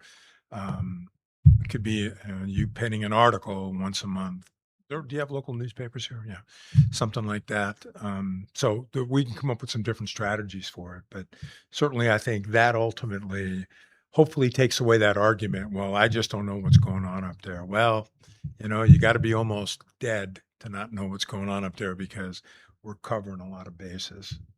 So, okay, good. And then my third thing would be leadership, support, and accountability. I truly believe one of my missions in life is to grow leaders that grow leaders, and that we all have the opportunity to lead. But we need to be supported as leaders, no matter what level of leadership we might be at. We need to be supported, cared for, valued, and held accountable. And I heard that from the stakeholders. They want the support and they want the accountability. And then clear systems and processes. I already spoke to that in my rationale, why I think that is an area of need. Academic excellence. I agree. It's also on my list. It was actually number 1 on my list. And last but not least, it kind of goes with the retention, is staffing, resources, and student opportunities. Both staff and students Your best recruitment strategy is a retention strategy. And so, how do we provide opportunities for our staff to feel valued, heard, sense of belonging, feel like they don't want to work anywhere else in Arizona, right? This is their school system. And then, how do we make our students feel that way too, and their families? And in my history of being a middle school principal for 14 years, I had the biggest waiting list in the state of kids waiting to get in the school because we did not have enough seats for open enrollment.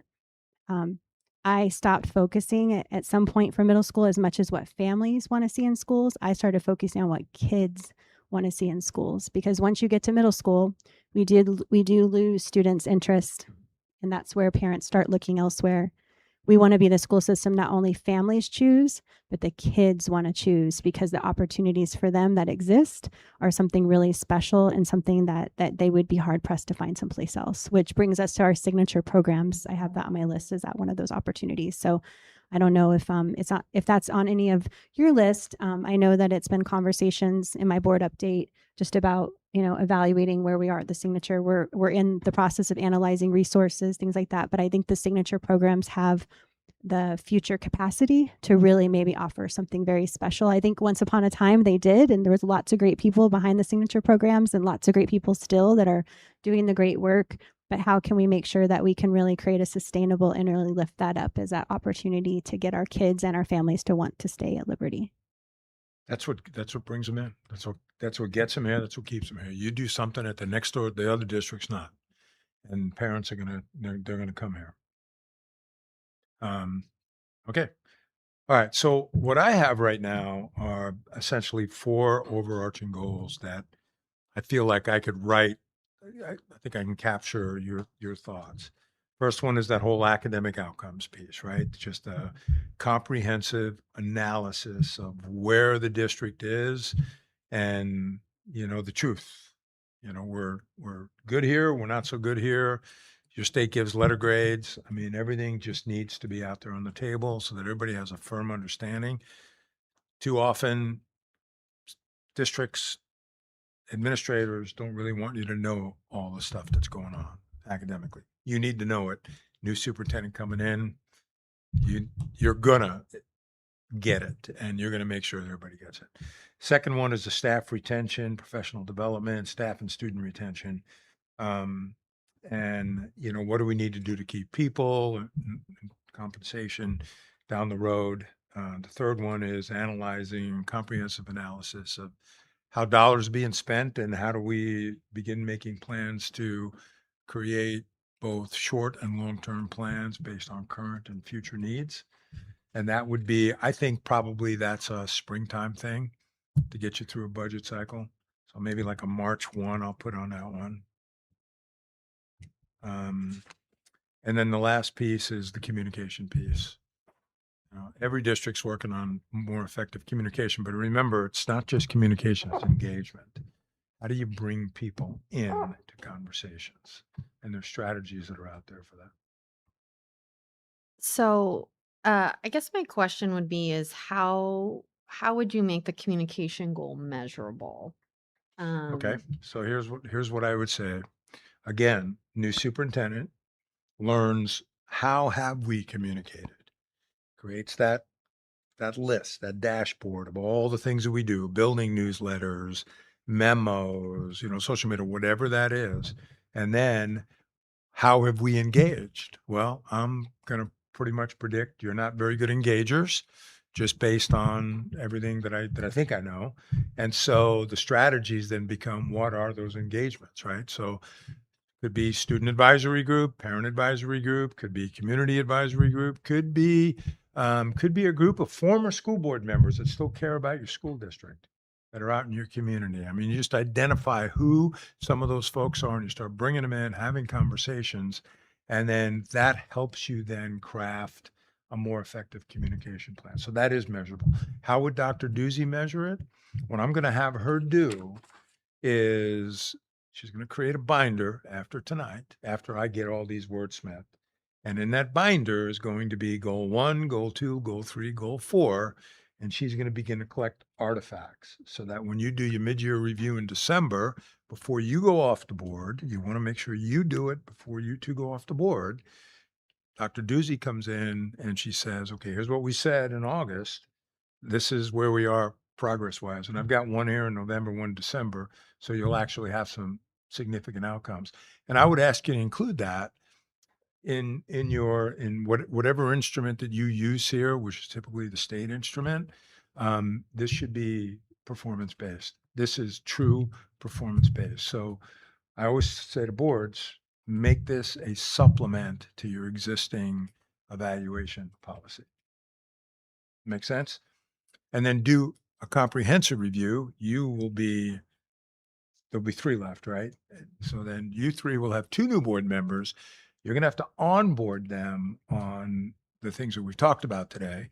But then I would do a comprehensive evaluation sometime in April or May. And by then, Dr. Doozy will have produced data on all 4 of these goals. These are good goals, by the way, and they're going to be specific to you. And so if you would, give me a chance to kind of think about this, and then I'll write them up and I'll get them to Dr. Doozy and to Sarah to put eyes on it, because they might edit it and then make it suit. And then I would have you adopt them. And then I would do goal updates on a regular basis at board meetings. And So I have one question. I think as we look at all this, and it was one on my list of ideas, but as we talk about better communication, we talk about increasing performance. I think we need to take a long, hard look at our IT department and see at the worst department. at the IT department. Yeah. Because we have we don't even have enough microphones for this meeting. We're passing microphones back and forth. We have every board meeting has a problem for the community to watch. They give up because they can't hear it. They can't see it. There's a problem. Our technology wasn't deployed properly year over year over year over year. Technology is not deployed on day 1 of the school year. There's schools that are still waiting for computers. There's computers that are broke. So I don't know if that's just a finding that will come to implement this, but it's something that I think needs to be significantly looked at, because honestly, we fail in the IT section Yeah. all the time. Deployment, several hundred computers were not deployed. The reports I received from principals at the beginning of the year, and they were passing them back where they were trying to do testing. They had to borrow computers from this class to take it over here. New so they could do computer? testing. Computer, because we're one-to-one technology. So Chromebooks out, but staff didn't have them. If she's going to communicate out to the community, we're going to have the support of equipment, cameras, somebody who can do video work, editing work, whatever that might be. And that may fall into a communications director or something as well, but I think we just have to somewhere get in here an entire look at the IT of what is happening. We've had numerous board meetings where we've tried to do a call with the lawyer and can't get connected properly. So there's a lot of stuff there. I think the IT has to be a high priority in order to advance. Would you accept me inserting that in that budget finance analysis with an emphasis on instructional technology as a component? Yeah, I don't really have a preference of where it goes. Okay. I just feel Yeah. strongly. Does everybody else agree that that's an issue? I mean, it sounds like you're a little bit behind the times with technology.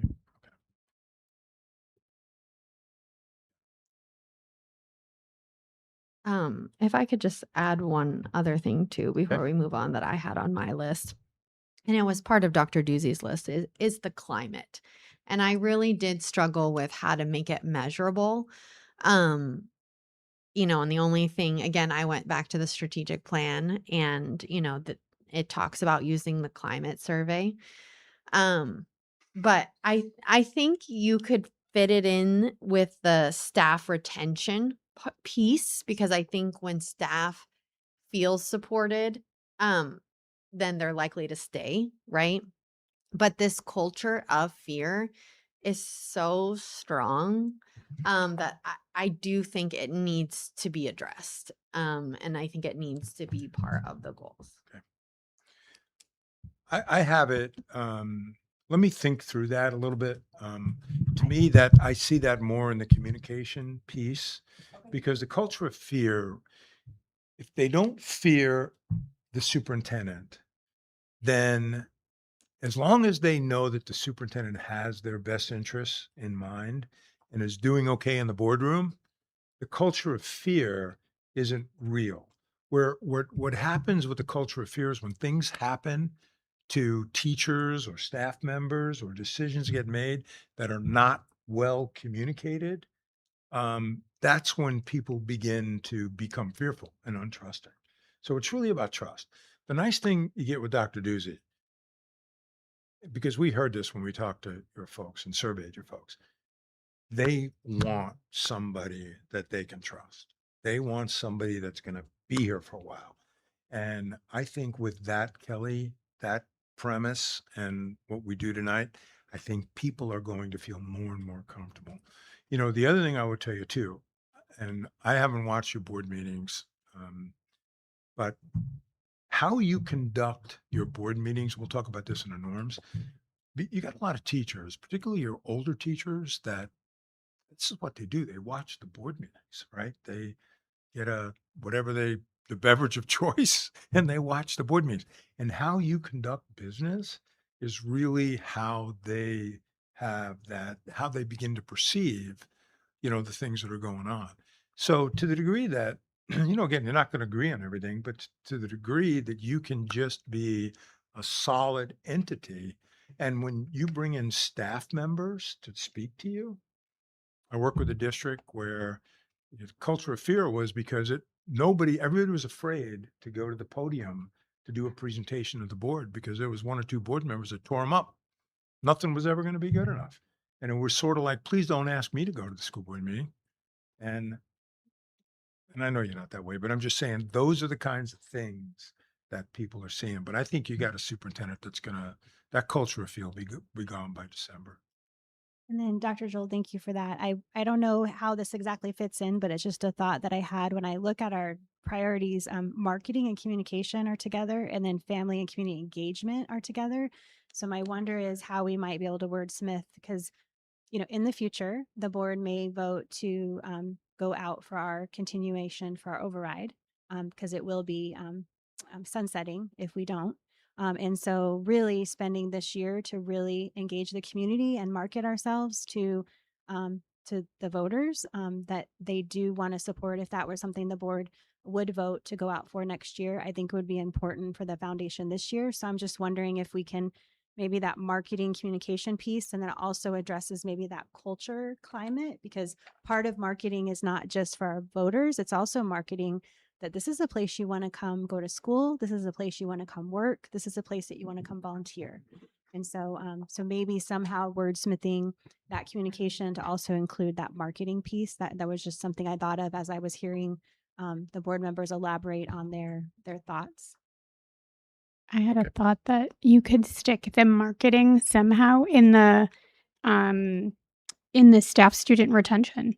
Like, it's retaining and recruiting. So you're marketing the district, you're trying to recruit students, you're trying to recruit staff, you're trying to retain everybody. So it kind of all goes together. In order to recruit, you got to market, and engage. So I think it kind of could fall into a couple different categories, and it would make sense, but I could see it in that one too. If communication improves, if engagement gets stronger and trust develops, the culture of fear subsides, people are going to feel better about your school system, and you're going to have your enrollment. It's all tied together.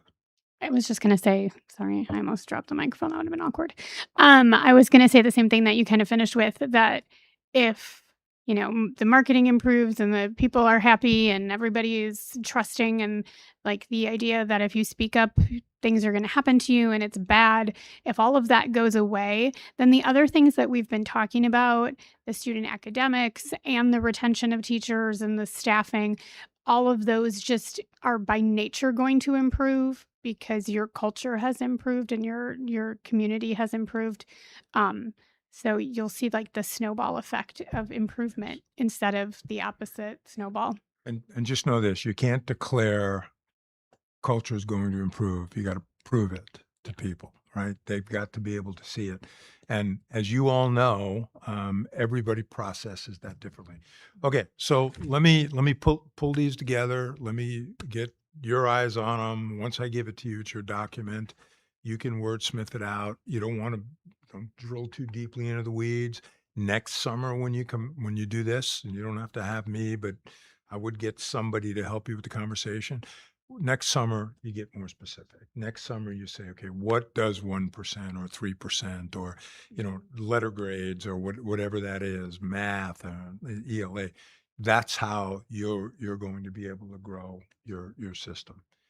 Can I just add one other thing to Yes. the conversation? So, as we are deciding on what goals or priorities that I'm going to focus on for this year, I put it in the last board update, but all of our leaders will have scorecards, which is very similar to the goal sheet that I'll have, I imagine, with specific the goals, the measurable goals, specific high leverage action steps that are going to be taken to reach those goals, and then KPIs or leading measures that we monitor our progress. So I just wanted to also let you know that that's kind of once we have this fleshed out and we say, okay, this is my goals, know that that is how I'm engaging our field in being part of whatever goals that we establish here, because we can't, just me and you can't accomplish this by ourselves. It truly is everyone. So, so our leaders will also have a part in their role that they serve as we grow their leadership. Yes. And that was going to be my other point to make too. And I'm going to also include this. You definitely want Dr. Doozy to focus on these new folks that are coming in. You want to turn them into a lean, mean fighting machine. And that's going to take a lot of time. I mean, that's exciting, but it's also, they need to be grown and developed. And then once the goals are ready to be adopted or before they're adopted, I'd like you to take those to your team and share with them, because these are not going to be, Dr. Doozy isn't going to be doing all of this solo. This is going to be a complete team effort from internally. But I promise you, you're going to start seeing some really good things happening. But it's not going to get you away from, the pitchforks and the lanterns over something that's happening. Okay, so if we can move on, let's maybe take 10 minutes and we'll transition into talk about norms. Okay. We'll take a Good recess work. for 10 minutes.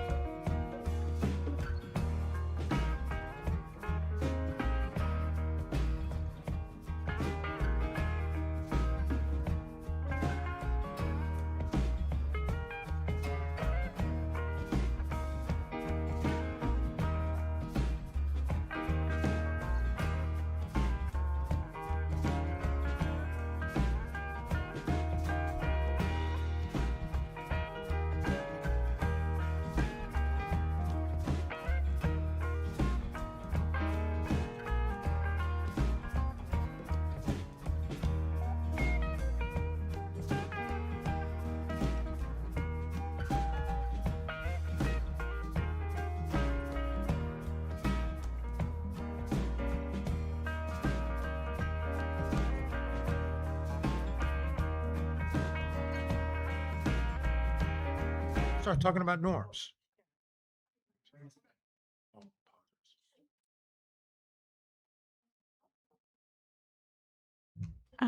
We will resume the meeting at 3:57 p.m.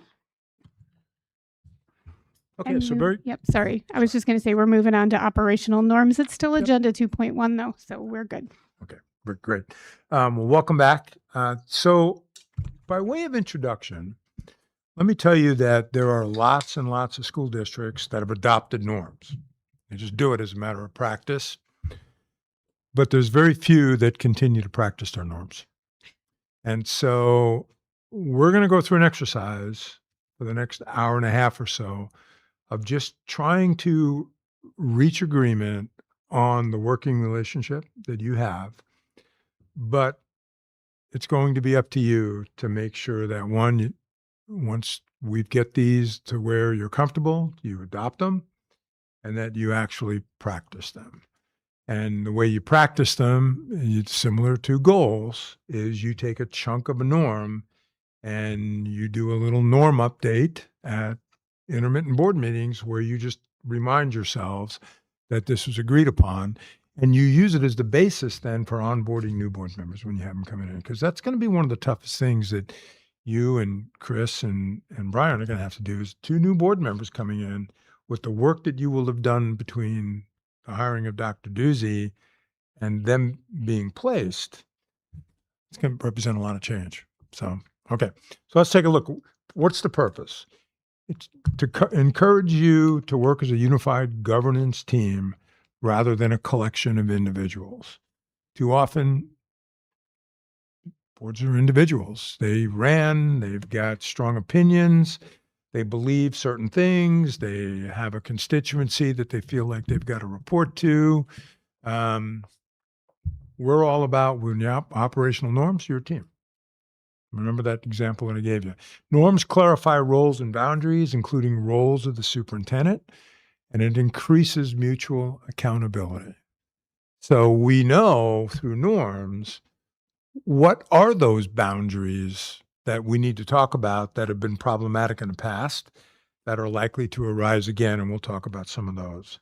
Ideally, these will augment your existing policy by setting expectations for decorum. And I talked a little bit about before the break what your board meeting, what people see when they watch your board meeting, right? Is it civil? Is it organized?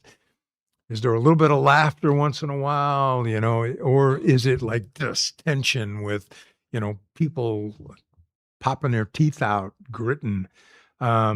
Because there's a lot of districts where that's the way it is, and you don't want that. That's not a healthy, engaging environment. But we're going to talk about communication, meeting prep, and ultimate decision making. So norms need to be short, memorable, and usable when discussion or events warrant. And I'll show you some examples of that.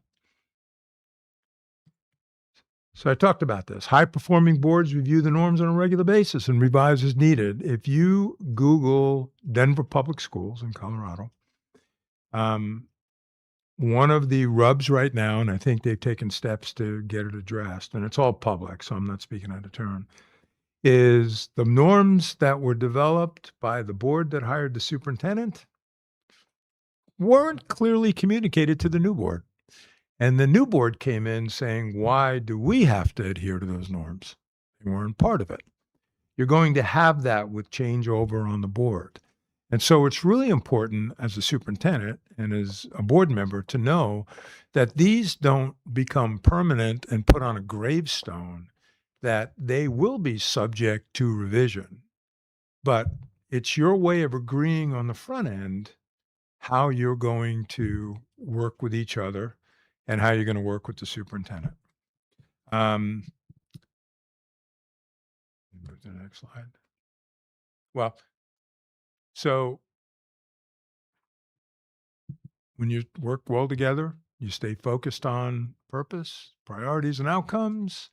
Trust is developed. That's what your community sees. Your decorum is good. You solve your problems and you solve your issues, your disagreements, but you do it in a way that supports the unit, you as a unit and you as a team. So we're not going to do the show with a partner. So here's what are two behaviors that you believe make your board meetings productive?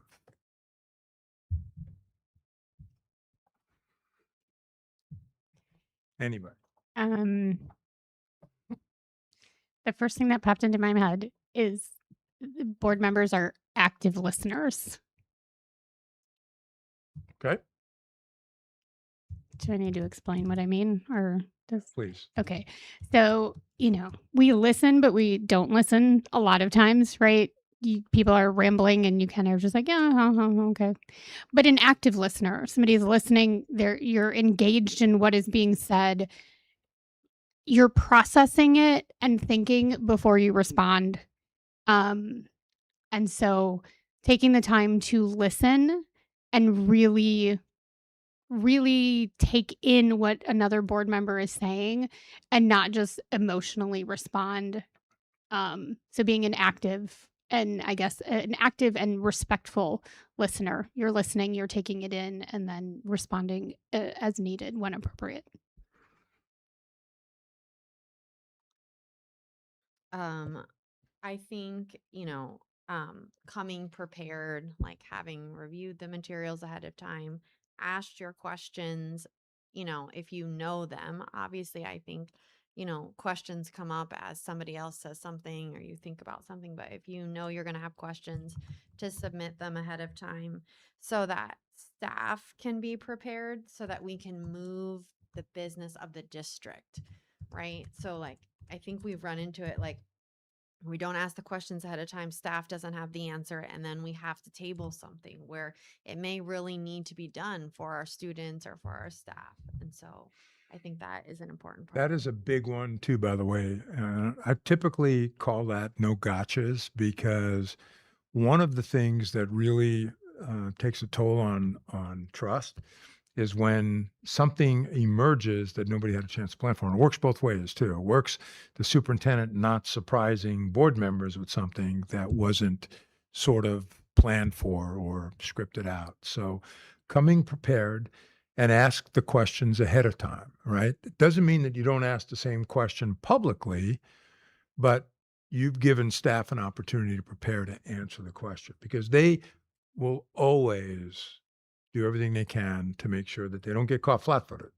So, nope, I love that one. Any others behaviors? I have Yeah. efficiency. Right. Efficiency and organization of the meeting. Okay, what do you mean by that? I mean, I think in today's day and age, people, as we talk about people being educated about what's going on in the district, understanding it, they don't like to spend 4 hours in a boardroom listening to a board. They want to see the business. They want the agenda to be organized clearly. If you have a consent agenda with a bunch of items that get pulled off, it looks disorganized. It looks like there's surprises. You usually know what's going to get pulled ahead of time. Just don't even put it on the consent agenda.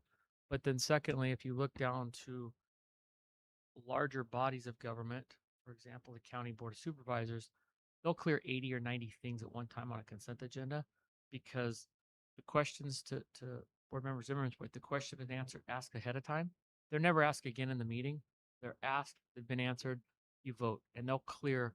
I mean, they can clear 150 items on a county agenda, maybe 120. I think they've done more. I've seen more than that quickly because it's been very efficient. They're efficiently operated, and honestly, they clear 100 times more things than we clear. Question on that.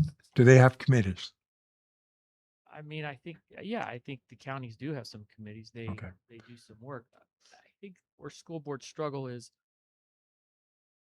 it's a volunteer position, but the job to review the packet is a full-time job to a meeting. You cannot review our board agendas and be prepared if you think you're going to do it an hour before the meeting. So you have to do that ahead of time. They also do work sessions, and that was always a goal of mine here was to do work sessions where those questions are asked at a work session, and you come back a week or two later, you clear stuff out. but How do you not decide what goes on the consent agenda? Because you're a committee as a whole. President sets the agenda. President, that's been the way it's been done. Yeah, I mean, the superintendent puts most things on the agenda, and then we go over it together. Whether, I disagree, agree or disagree if I think things should be moved around, but the district knows what needs to be approved and moved forward for the district to run. So the superintendent sets most of the things on the consent agenda. So is it typical that things get pulled off the agenda, consent agenda, for further discussion? Okay. Every time. Every time. Okay. So, It so is getting better. It is less, but it's typically still. prompts that. Well, it could be, I think it could be anything. There's questions about sometimes expenses that were paid out. But the same thing happens at other levels of government. You ask that question ahead of time, clear it. You've had your question answered. Now it's on consent. Roll with it. Other things have been like some contracts of things that are a little more in depth with people that now there's some debate amongst the board. But some items have been pulled just because of an expenditure. Like, why I want to know more about this. I think just ask that question ahead of time. Ask it, be done, and clear it off the agenda. Okay, I see what you're saying. That's a much quicker approach. But So it isn't necessarily, and I'm not going to use the right phrase here. It isn't board members grandstanding as much as it is they just haven't asked that question in advance, and so they're not comfortable giving a consent vote. Am I accurate about that? No, I think some questions are asked ahead of time, but kind of like you said, just because you ask them ahead of time, that's for staff to prepare. But part of it is asking it in the public for the transparency so that the public knows. Okay. So, I think it goes both ways. So the feeling is that let's just say bills, right? So I think that's probably the most common one. Or people get hired. Do you individually vote on hires, or We is that a do consent agenda? personnel as a consent, Okay. but it is sometimes pulled. Okay. And then it's, maybe an individual person or an individual row, let's say, not necessarily the person. Okay. An individual row a question will be asked about it, about how much something was or why somebody's getting paid this much or whatever it may be. But personnel is an action item and it's on consent as a whole. Okay. But it is one of the things that'll get pulled on a somewhat regular basis, I would say, around here. Do you as superintendent send a clarification on say personnel and big ticket items that are on consent? I wouldn't say I target consent, but I do a weekly update, and I've been attempting to include anything personnel related to Okay. give a little preview of this is coming. I'll have actually some of that in the weekly update this week. Okay. So weekly update is used to provide that information, one-on-ones, and then I have a question answer document that any board member questions that come in, I make sure that all board members have Okay. the same information in that document. Okay. Um, But sometimes, to your point, you pull something off because it's good for the community and the staff to know that there's more to it than just whatever that item is. Okay. And I think from my observations is maybe some of the things that would typically be on consent that just would be, it might be a little bit of a sign of trust or processes or systems, especially in a time for quite some time that we didn't have consistent roles and responsibilities with the same individuals. So, there's different methodology that people approach to lots of different ways to report things or make Sure. decisions. And so I think the board members don't always have that information because it might be someone totally new than it was 2 months ago, and they just want clarity because it's uncertain. Yeah, if I may. Please. So I've been on this board for 3.5 years. I've seen, ebb and flow of different how we approach different things. I think that lately, since Dr. Doozy's been here, she's been very good at answering questions, and a lot more questions have come in to her prior to the meetings. And then she's very good with communicating the answers out to all the board members, letting us know, one board member had this question, here's the answer. I've seen a lot more of those questions recently, and we've been given the answers, but it seems like a lot of times those questions, almost all of them are re-asked during the meeting again. So whether it's for transparency or efficiency, there's got to be some kind of a balance. I understand the trust issue, making sure that we get on the same page and we're building trust with amongst ourselves and with the community and the staff. But also I think it's very inefficient that we ask a question, we get the answer, and then we do the same thing from the dais. There's got to be a balance Yeah. in my mind. So, when you're really high performing, when the board president says, with regard to the consent agenda, does anybody have any questions? When you make the statement, no, my questions have been answered previously, I'm ready to vote, you're sending a very powerful message. As long as those questions are asked in advance. And it shouldn't just be Dr. Doozy. I'm assuming you've got finance people and personnel people and all that. So is that a fair expectation to basically say, ask consent agenda questions? How much time do you have from the time you get the packet to the board meeting? We have been doing better. The draft agenda, with as much as we can, usually has been going out on Thursday at the latest now, sometimes even Wednesdays, and our meetings are the following Tuesday. Okay. So we used to not get them till Friday, and our meeting was Monday, and then everybody's off all weekend. So we've been really trying to get it, at least a draft is ready by Wednesday, and then the final one is posted on Thursday, and we meet on Tuesday. Thursday to Tuesday that's good. Let me ask you this question. Could you accept as a group tonight that you will approve the consent agenda, assuming that the questions that you have been asked? And if you're going to pull something for effect so that the community itself or whomever, you want to make sure that they're aware, you let the superintendent know that, and she expressed that to the board. Can you live with something like that? I don't really understand what you're asking. Can You agree to vote for the consent agenda, assuming that the questions that you raised have been answered sufficiently. And if there's something on the consent agenda that you feel the community needs to know that while you're making a decision, you let the president and you let the superintendent know that in advance. that we're going to pull it? You're going to pull it. Oh, sure. So I think my thought behind that a little bit is that's your job as an elected official. If you're getting phone calls from your constituents asking about something on the agenda, I always say, I'll get some more information about that. I'll call you back and let you know the answer. But you might have board member Kenyon maybe get 10 phone calls. He thinks this is high. He's going to ask these questions. Those might be the only 10 people that really care about that. And now we're pulling questions later.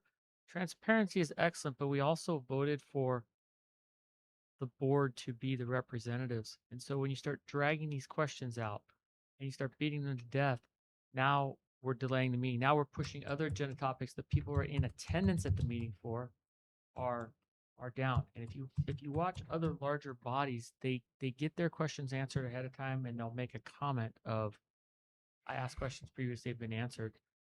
I'm good with this. And they clear the agenda. Rarely do agenda topics get pulled to the level that this board pulls agenda topics. Yeah.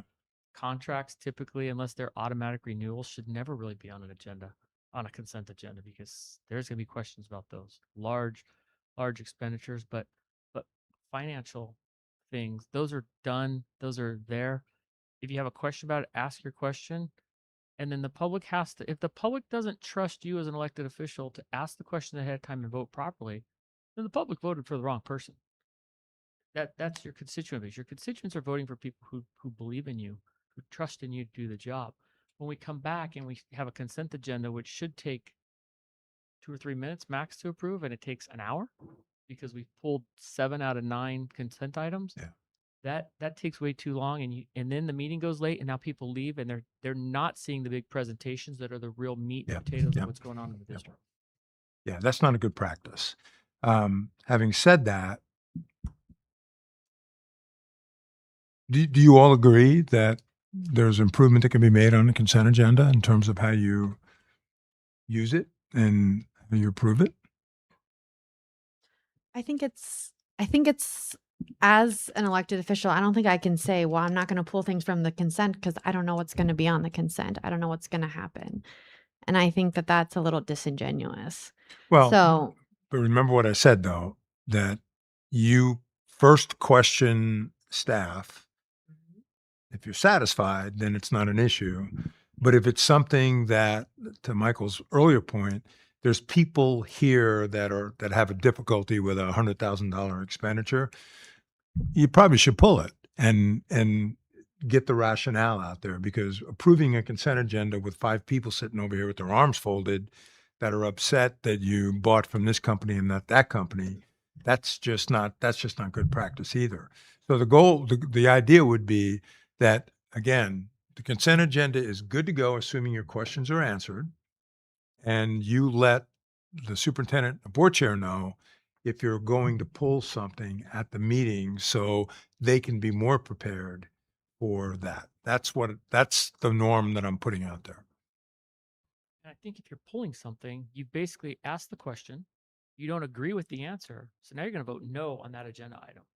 You're not just pulling it to ask questions again. Right. You're going to vote no because you don't like the answer that you've received. So now you're going to pull it and you're going to debate it with board members and try to sway some other board members over to vote no to quash or kill that vote. But you're not just pulling. There should never really be, though, I would just tell you, on the consent agenda, something that's going to require a split vote for ratification, right? If that, in fact, is the case, it probably needs to be an action item and not a consent agenda item. Okay. We see a lot of times where there's a question pulled, then there's a question asked. There's an agenda topic that's been pulled. Item number 2, Right. 3 point whatever. Questions are asked. Okay, I'll vote yes on it. Well, you already. I'm like, I think I saw that question in a board update from Dr. Doozy 3 days ago, and then you're just pulling it to pull it basically, but you already had your questions answered. So if Yeah. you're pulling something off the consent, you should be a dead set no, and hoping you're getting somebody else, hoping you're bringing. Or somebody for else. clarification to either appease a crowd that's here, or, it's from Thursday's agenda creation to Tuesday's meeting, something's happened that's going to require deeper conversation. But I would just tell you, if you're spending an hour on consent agenda items, pulling them, you're not spending your time where it needs to be. And that's on those those information and those action items. So is that something, if I write it up, is that something you can agree to? Okay. All right. Any other behaviors that you feel make board meetings productive? I think staying focused on the agenda item. I think oftentimes some board members, talk about something that happened 3 years ago and do different analogies. And I think just really, if we're talking about being efficient, like staying on the topic of the agenda item and how it is pertinent to right now. Okay. So my takeaway from that is a discussion is centered on an agenda item, but we stray from it. So no straying. I mean, that's stay on the agenda topic. And as board chair, you have a gavel, right? I would also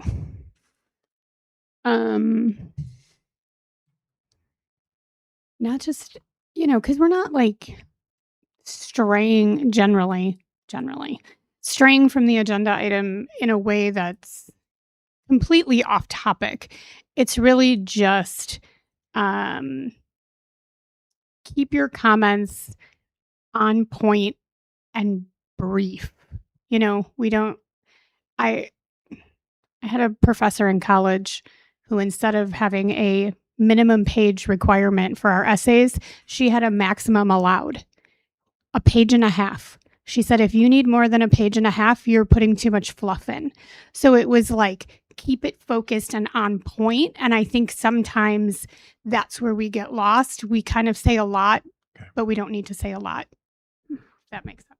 That does make sense. I mean, and that's something you have to practice, right? But that's part of your culture. My guess is that that's the way you've done it.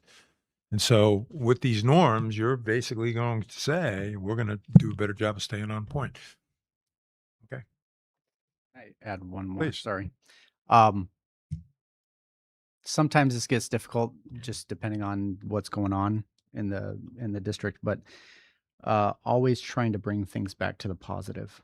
When we're looking at the success of district staff, students, we used to have, monthly celebrations of, teachers and students, or staff and students. And, just there's so many positive things that we could spend time on in a board meeting.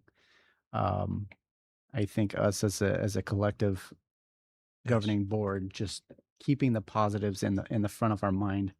That sends a great message too. Do you have student celebrations at the beginning of your meetings and staff celebrations? I've seen, I can speak that we have, and President Schmidt and I created a new tracking document to plan our board meetings. We just recently went over that, and part of that is building out our celebrations. Yeah, Yes, sir. yeah. So when you find yourself debating something that's fairly contentious, I think to your point is move on, but then try to end it positive.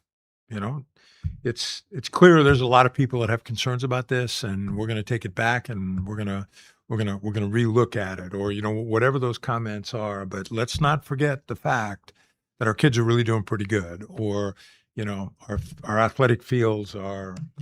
Everybody's complaining about weeds this time of year, right? But our kids are still competing. Would I be allowed to just add something that Yes. might also capture the positive? Just that positive intent. I would like our admin cabinet and our staff to believe the board with positive intentions, right? That they're here to serve our community as elected officials to do the most good for our schools.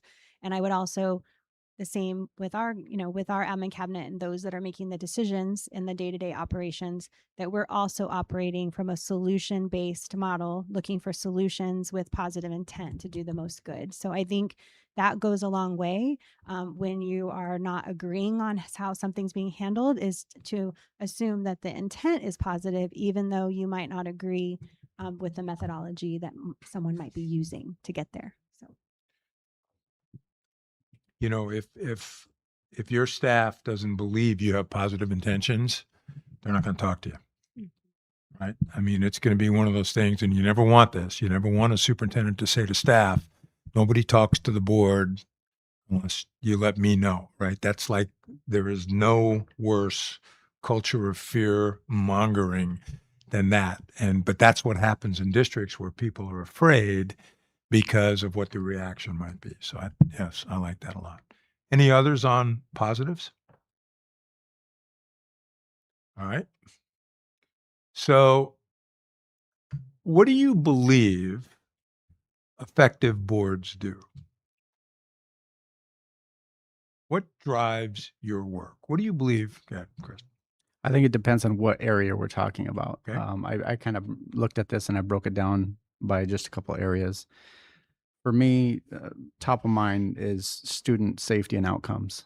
And so effective board keeps student achievement and safety at the center of their decisions. To me, that's an effective board. If they can stay focused on that, I'll save a few of my other ones in case. Good. Anybody else? I agree with Board Member Kenyon. Their safety and their achievement is what we're here for. Okay. We're really here for their achievement, but we have to keep them safe. If we don't keep them safe, they'll not achieve. Absolutely. 100% where it is. And I think that sometimes causes challenges because what's best for the students may not be best for others who have other stakeholders. But at the end of the day, that's who we're serving the most. sometimes I believe we get caught into a bubble where a certain group will think they know best.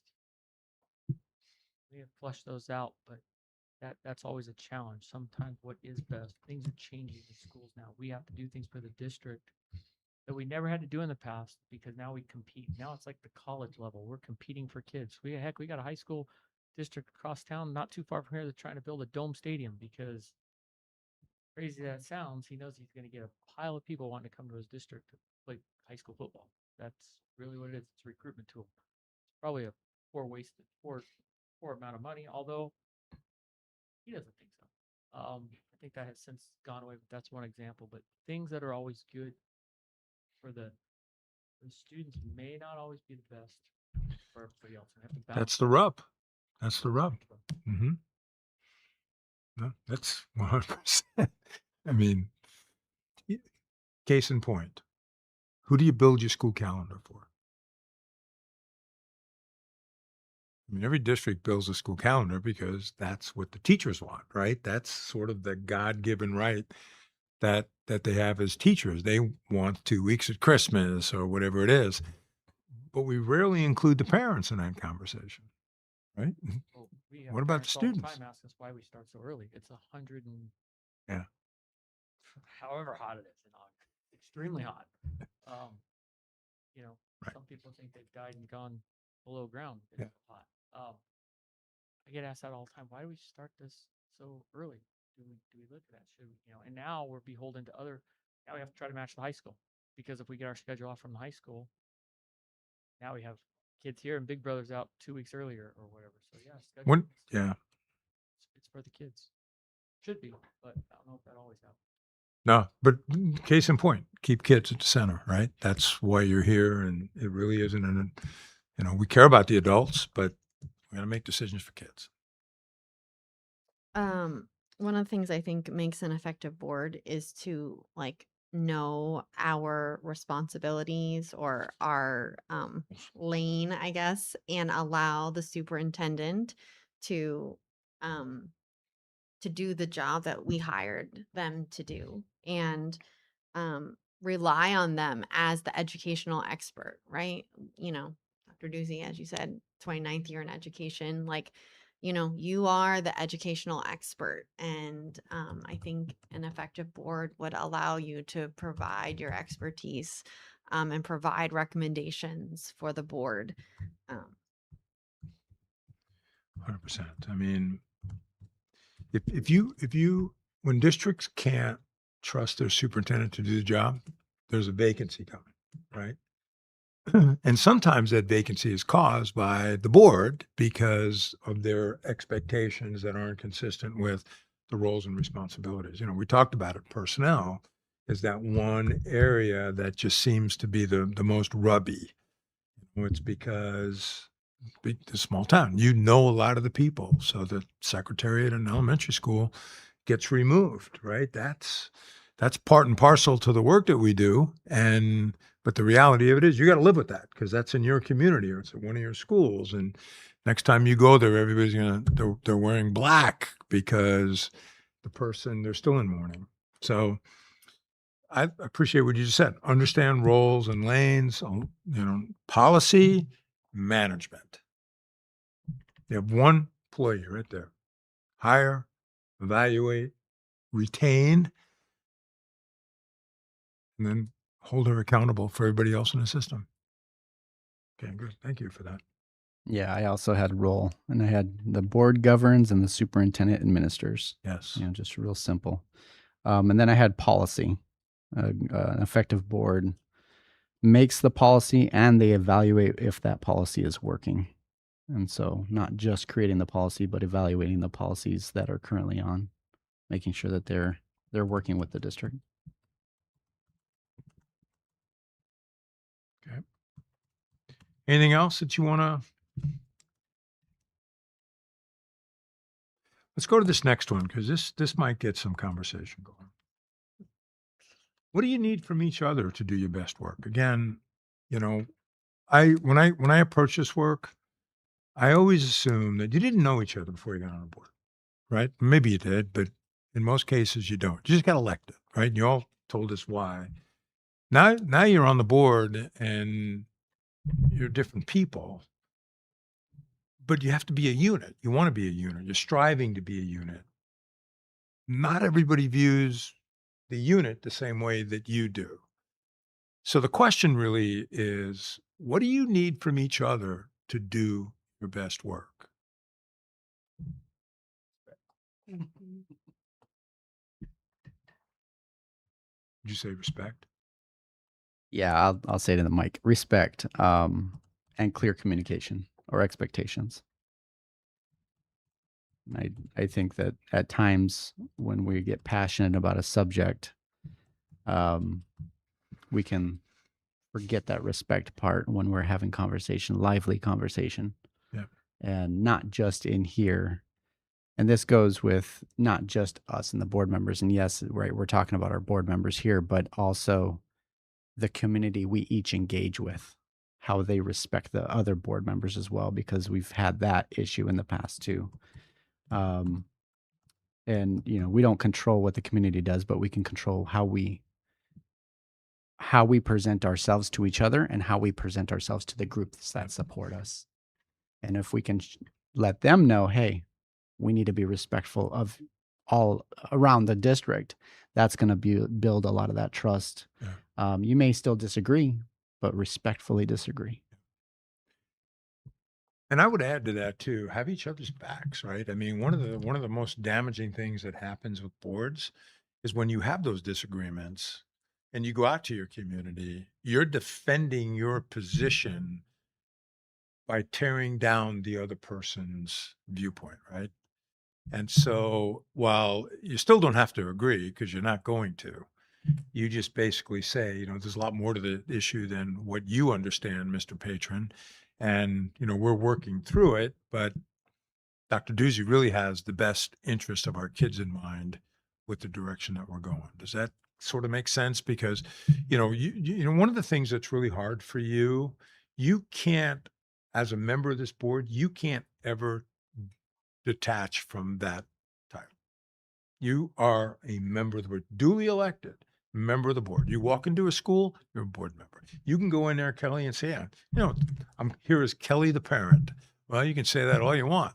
They see you as Kelly the board member, particularly if there's things happening in the boardroom that might be alarming and surprising to them. So you could be the nicest person in the world with the biggest smile in the world. You walk into that building and it's different. And how you conduct yourself and what you say about fellow board members really will go a long way toward, again, building that trust that you've set that goal to try to do. What else?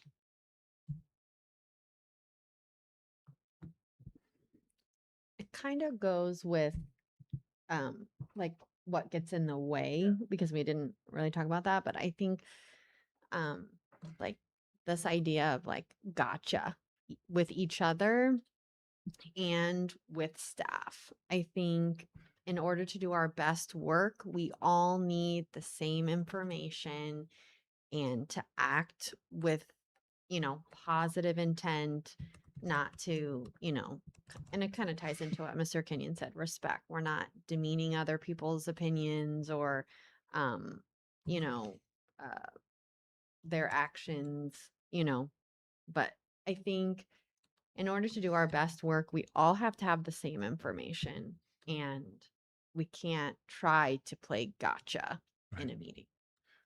Well, everybody having the same information is an absolute axiom. You have to have that, right? Can't be, and you'll find yourself caught in the middle of that one because a board member may come to you with something that you feel needs to go to the rest of the board. And what I want you all to think about right now is how Dr. Doozy handles that. And the way that I would suggest you handle it is, hey, remember at the retreat, we said everybody gets the same information.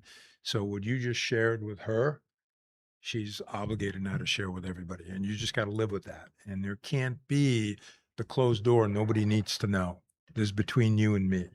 There can't be any more between you and me's. It has to be with regard to the work, it has to be the group as a whole.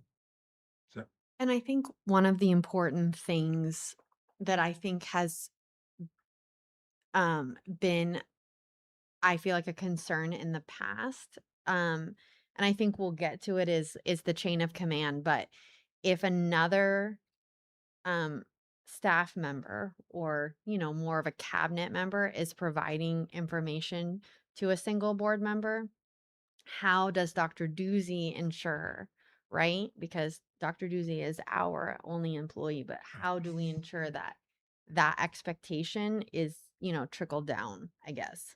Yep. That's a really good one. So I think we are going to get to that in a little bit because what happens with individual agendas, you wear out staff. And it puts staff in a really, really precarious position because they don't want the superintendent to not get the work done that she's being asked to get done. But there's always on a board one or two board members that take up more staff time than what is considered normal, right? They have jobs to do. But by the same token, you got to have the information to make decisions too. So there's a balance there. I think I understood. I know I'm sorry. I just stepped to the door for a second, but I think what you asked if board members pose other questions to cabinet members, we've actually Or as- other staff. Yeah, so we I don't know about other staff, but the cabinet, what our norm is if any board member comes with a question, that we absolutely should service that question, but we need to make sure we have a document so that all board members have the same information. And I think it was Kelly who was talking a little bit more about your staff, for example. Like somebody in this team is more into the budget and finance than others, right? So they have a lot of questions about the bills and things like that. So how do you process that out so that everybody is aware? To me, it's simple. If it's a question, why did we go to Home Depot instead of Lowe's? That's an easy answer. But if there seems to be more to it there, then I think that has to be something that has to be communicated to the entire group.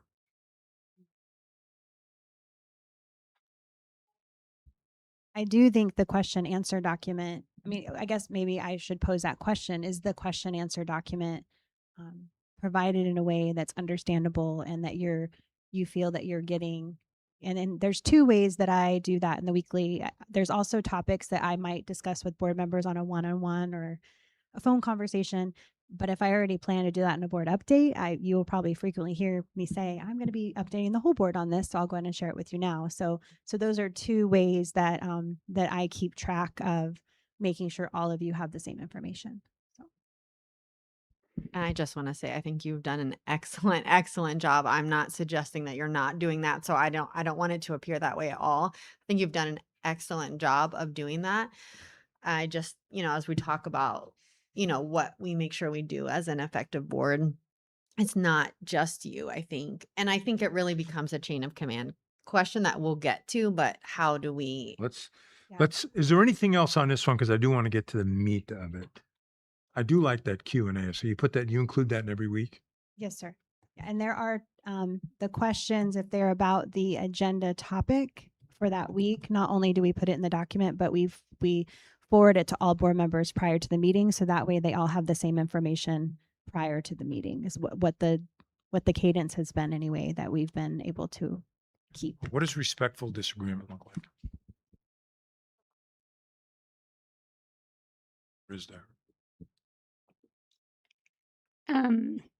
For me personally, respectful disagreement is the ability to disagree with someone, but keep it on topic and civil. It should never become a personal attacks. It should be, very, for me, it would be evidence-based. This is why I believe this. These are my facts and my reasons. And that's it. It's not a personal attack. It's not that I don't, I disagree with Mr. Kenyon. I think cows are better than pigs, but I'm not, I know. But I would, but it's because black and white is better than pink or whatever, but it's never because Mr. Kenyon has bad ideas, that kind of thing. I think sometimes it's easy to delve off into it becomes a little personal. But it's not a respectful disagreement if you're becoming personal. Yeah. If it's getting to that point, then we're crossing lines. We're not professional anymore, and truly not even really acting like adults. You shouldn't do it. And it should never happen. And, it happens. It has happened. It should never happen. Well, you got to make a commitment to that not happen.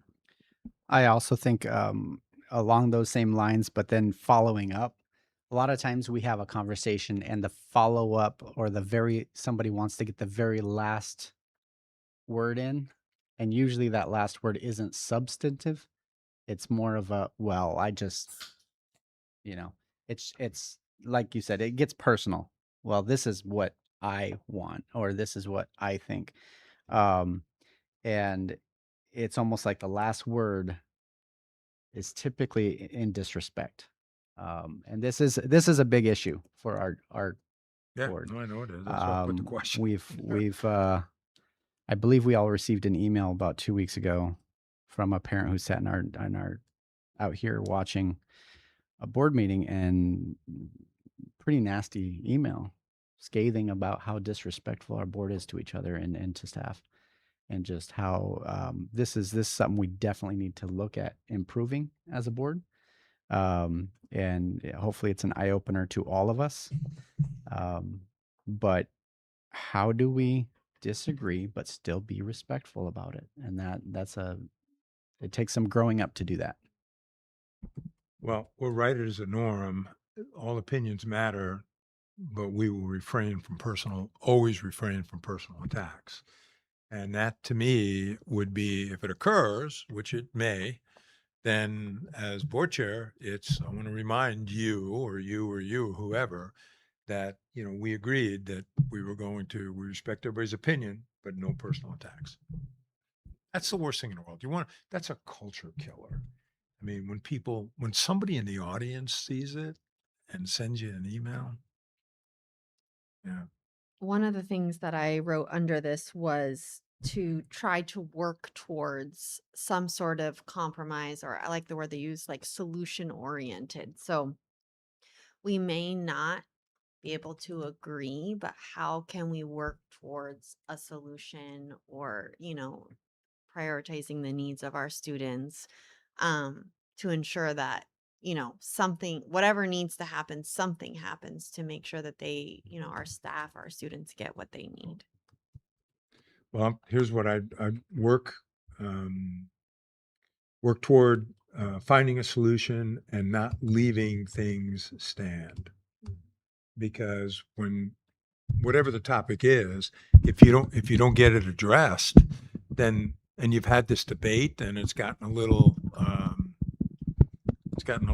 emotional, then what happens is the people who have an interest in that really look down on you. So you've got to get it resolved. So always work toward a solution and not leaving things stand. Okay. Anything else? Okay. So what behaviors help you stay focused on students?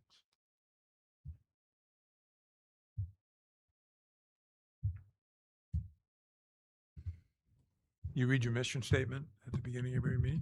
We do not. I was going to say, going back to the behaviors that make board members productive and effective boards. I mean, if you're using those as your guides, it should help you stay focused on your students, remembering that our main purpose of being here is for the education of students.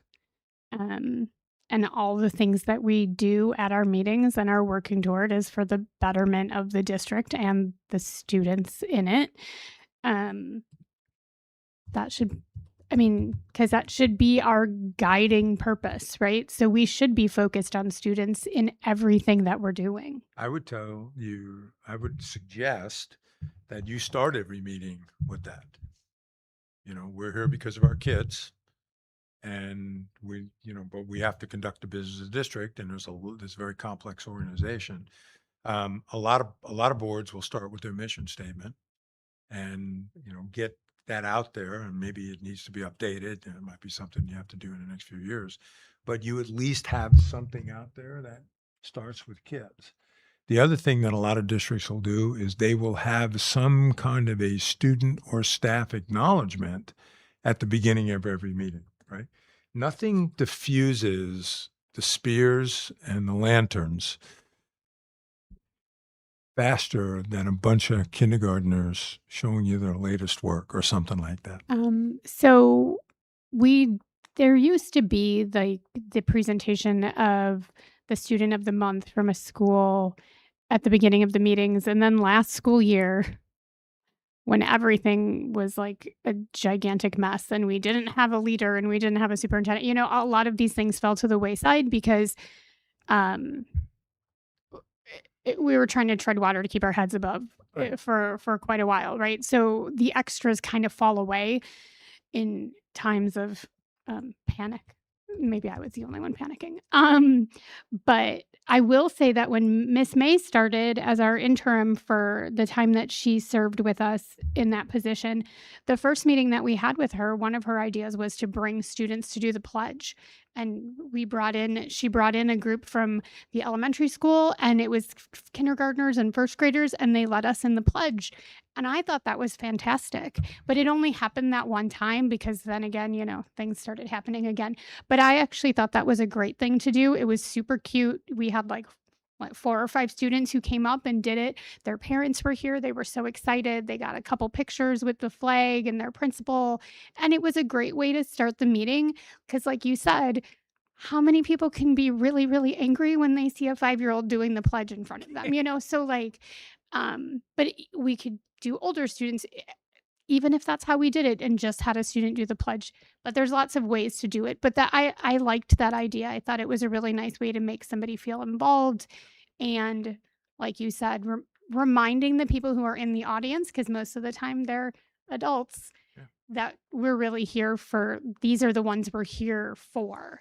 It's the Well, and kids. it's not, I mean, what you don't want to do is you don't want to make it that so that it doesn't have meaning, right? So Yeah. it needs to have meaning. So it could be, the kids who set the summer reading record um, come sit on your lap or stand by you at the beginning of the meeting and they read their favorite excerpt from one of the books that they read. That would be one thing. Anytime a staff member does something good, gets an acknowledgement, gets maybe a degree, writes a grant that's going to do something really cool for the district, you start with that stuff. The guy that's sitting right over there with the hat down and his arms folded like this, and you can't take your eyes off him because somebody's going to get it tonight, and you're hoping it's not you. They melt when they see that stuff because the next one's up to the podium and they're going to start yelling at you. That just doesn't have the same resonation after you started the meeting about what your focus is. It's kids. Okay. All right. Stay focused on kids. And as board chair, whoever your board chair is, that sometimes is a reminder. I mean, you don't engage the public, right? When they're up here yelling at you. Okay.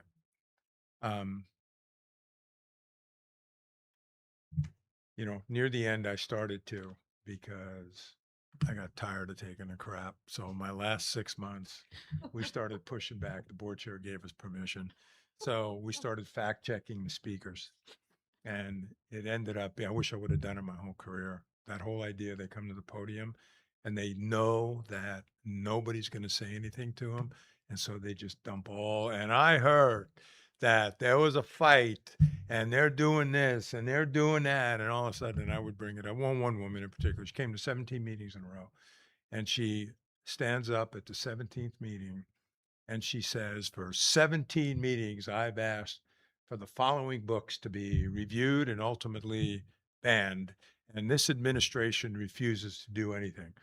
And the rule was, said to the board chair, let her get off the podium. We're not extending her time. She's done. She's ranted. I call on the person on my team that's responsible for public requests. Dr. Larson, how many requests has Mrs. So-and-so officially submitted for book reviews? 0. It was so much fun. She came back the next week. She said, I don't appreciate getting ambushed at these meetings. Board president said, then stick to the facts. And that shut down public stuff pretty quickly. I'm not advocating for it. I'm just saying I needed something near the end or I was going to have to be committed to an institution, especially coming off of COVID like we were. Okay. All right. Anything else on that? All right. So we're going to look at some norms here in just a little bit, but what would you like to do if someone violates a norm?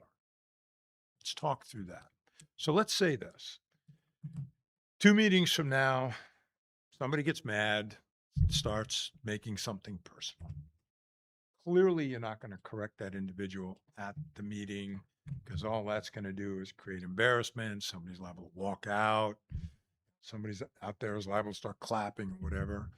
But they clearly tonight and after you've adopted these, it's a violation of the norm. So one of the things I always want boards to think about is what is a way to handle that? Because really it's disingenuous and it's not consistent with what you said you wanted to do. And I have some ideas on, what districts, what they do, right? I mean, so for example, Sarah as board chair, if somebody strays from the topic, I think it's totally within your purview to say, Dr. Duhesey, we've agreed we're going to stay on topic, and this one's a little bit off topic. So let's get back on topic. I mean, that's pretty gentle, but I'm talking about the personal attack.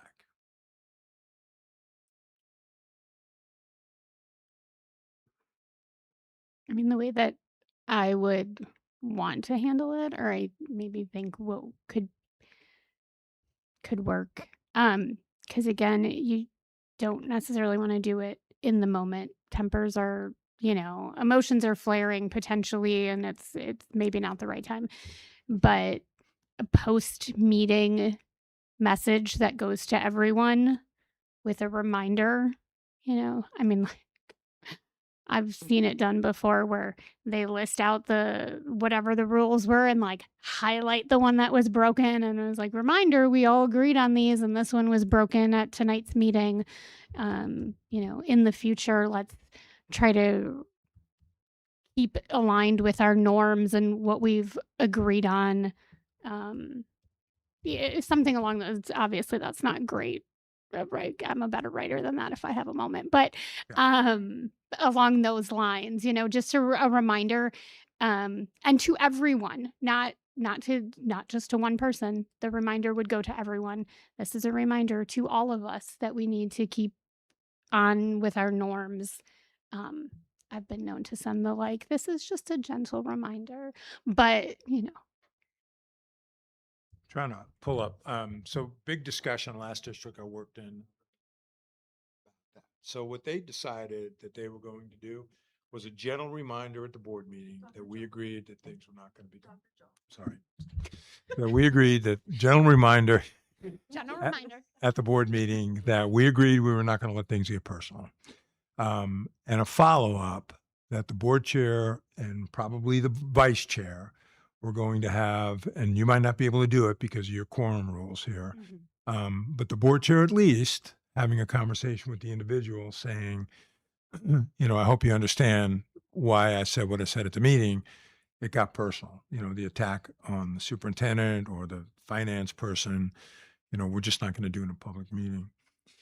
And in some states, and I don't know what you can do in Arizona, but this district went so far, it's a different state, to say that there could be a public sanction or public censure, where, the repeated behavior draws then the rest of the board to express disappointment in how things went. Now, my guess is once you've got the norms, you might have the, oops, I lost myself in the emotion of the moment, but you're not going to have the repeated offenses. And I can get the language on that, but norms without follow-up really are just words on paper.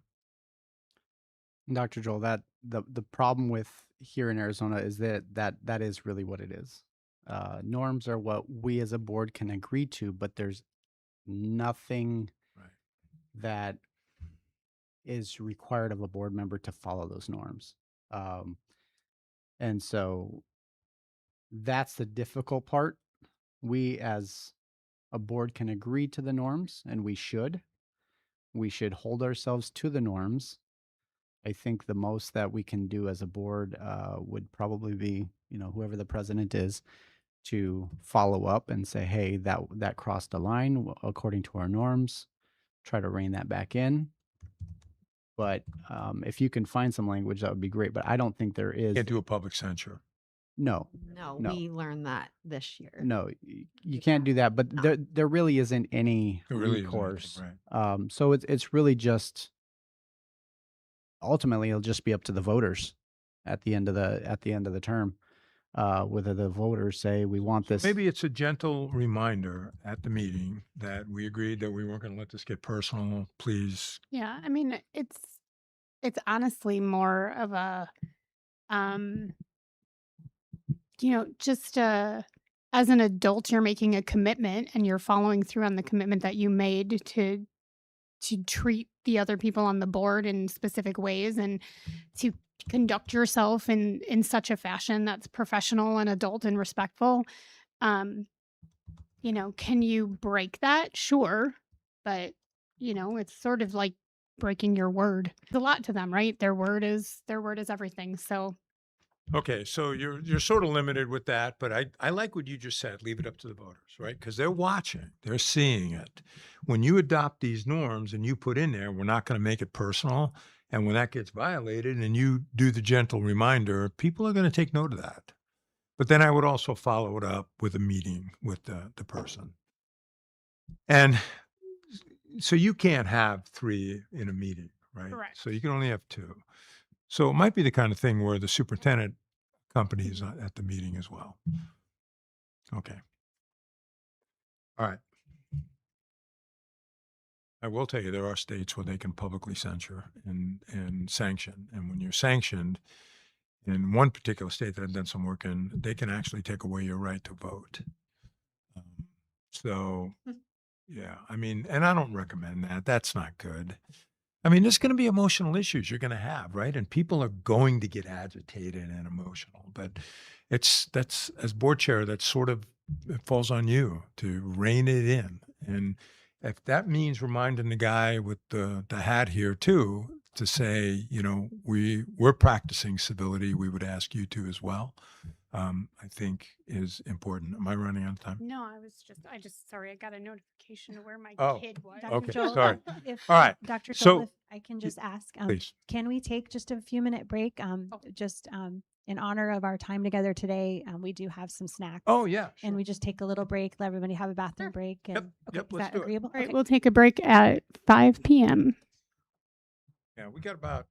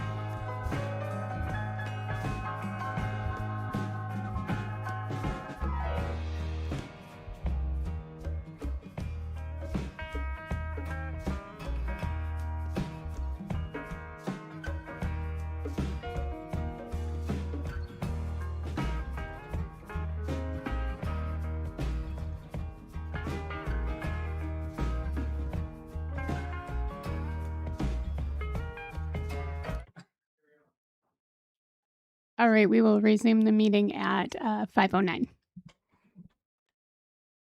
So when we break these norms down, we have 5 general norms, meeting norms, communication norms, relationship norms, and politics. What I'd like to do is edit the suit. So these are, give an example of what I mean. Under general norms, I wrote for you, we keep students and their safety at the center of witness. Agreement on that? Yep. We act as a unified governance team and respect one another's role. We will not allow issues to become personal. And with that, base decisions on facts, data, and district goals. And I'm going to add non-personal indifference. Right there. We support decisions once they are made, even when we disagree. We need to talk about that some more. Let's do it, because that's a big one. We're basically saying, we're not going to go out there and criticize the board decision.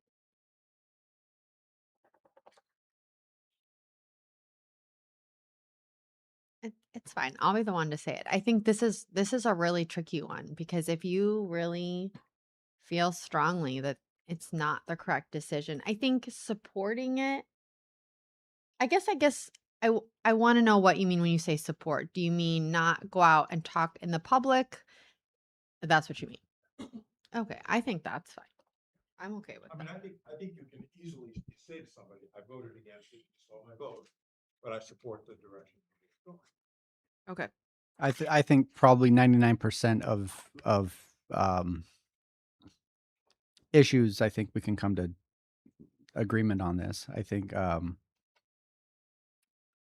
sadly in other school districts they're having situations where other, an individual board member or two will say, just it becomes personal, but they have reasons behind it.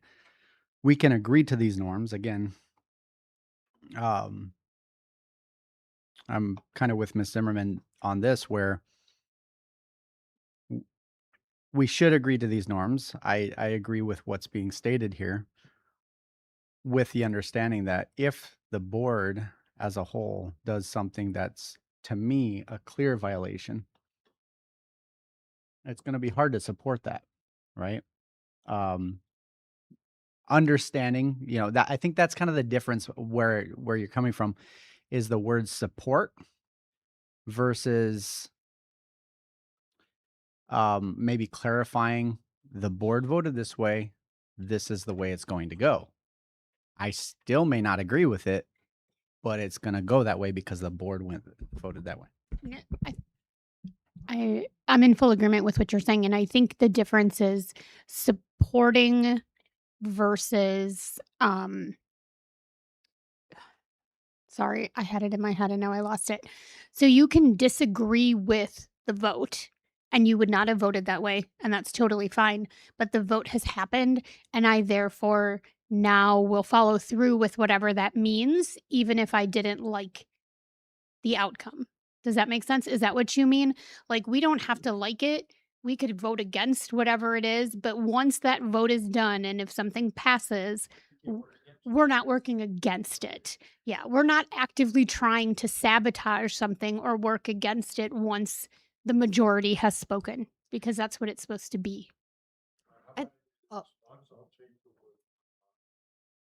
Once decisions are made, we will accept the outcome and not work against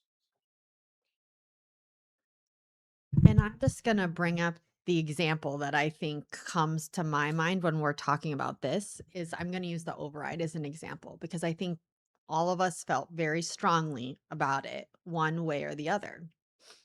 And so my question, I guess, would be is when we say we're going to support decisions once they are made, even when we disagreed, could you have, and you don't have to answer it, this is like a hypothetical. I don't want you to feel like I'm putting you on the spot, but like, could you have really gone out and said, I support the override, I think we should pass it this year after you voted no?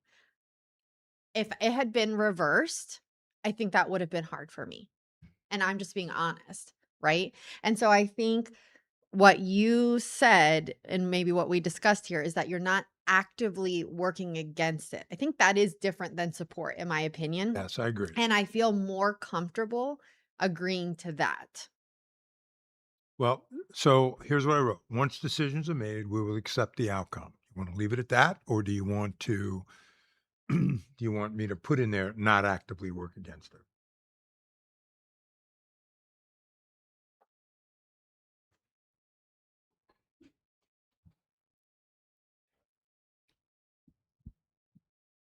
So this is always a tricky situation because I think what we have failed oftentimes to recognize is that the public is actually in the org chart. The public sits above the board, who is then the superintendent and downstream from there.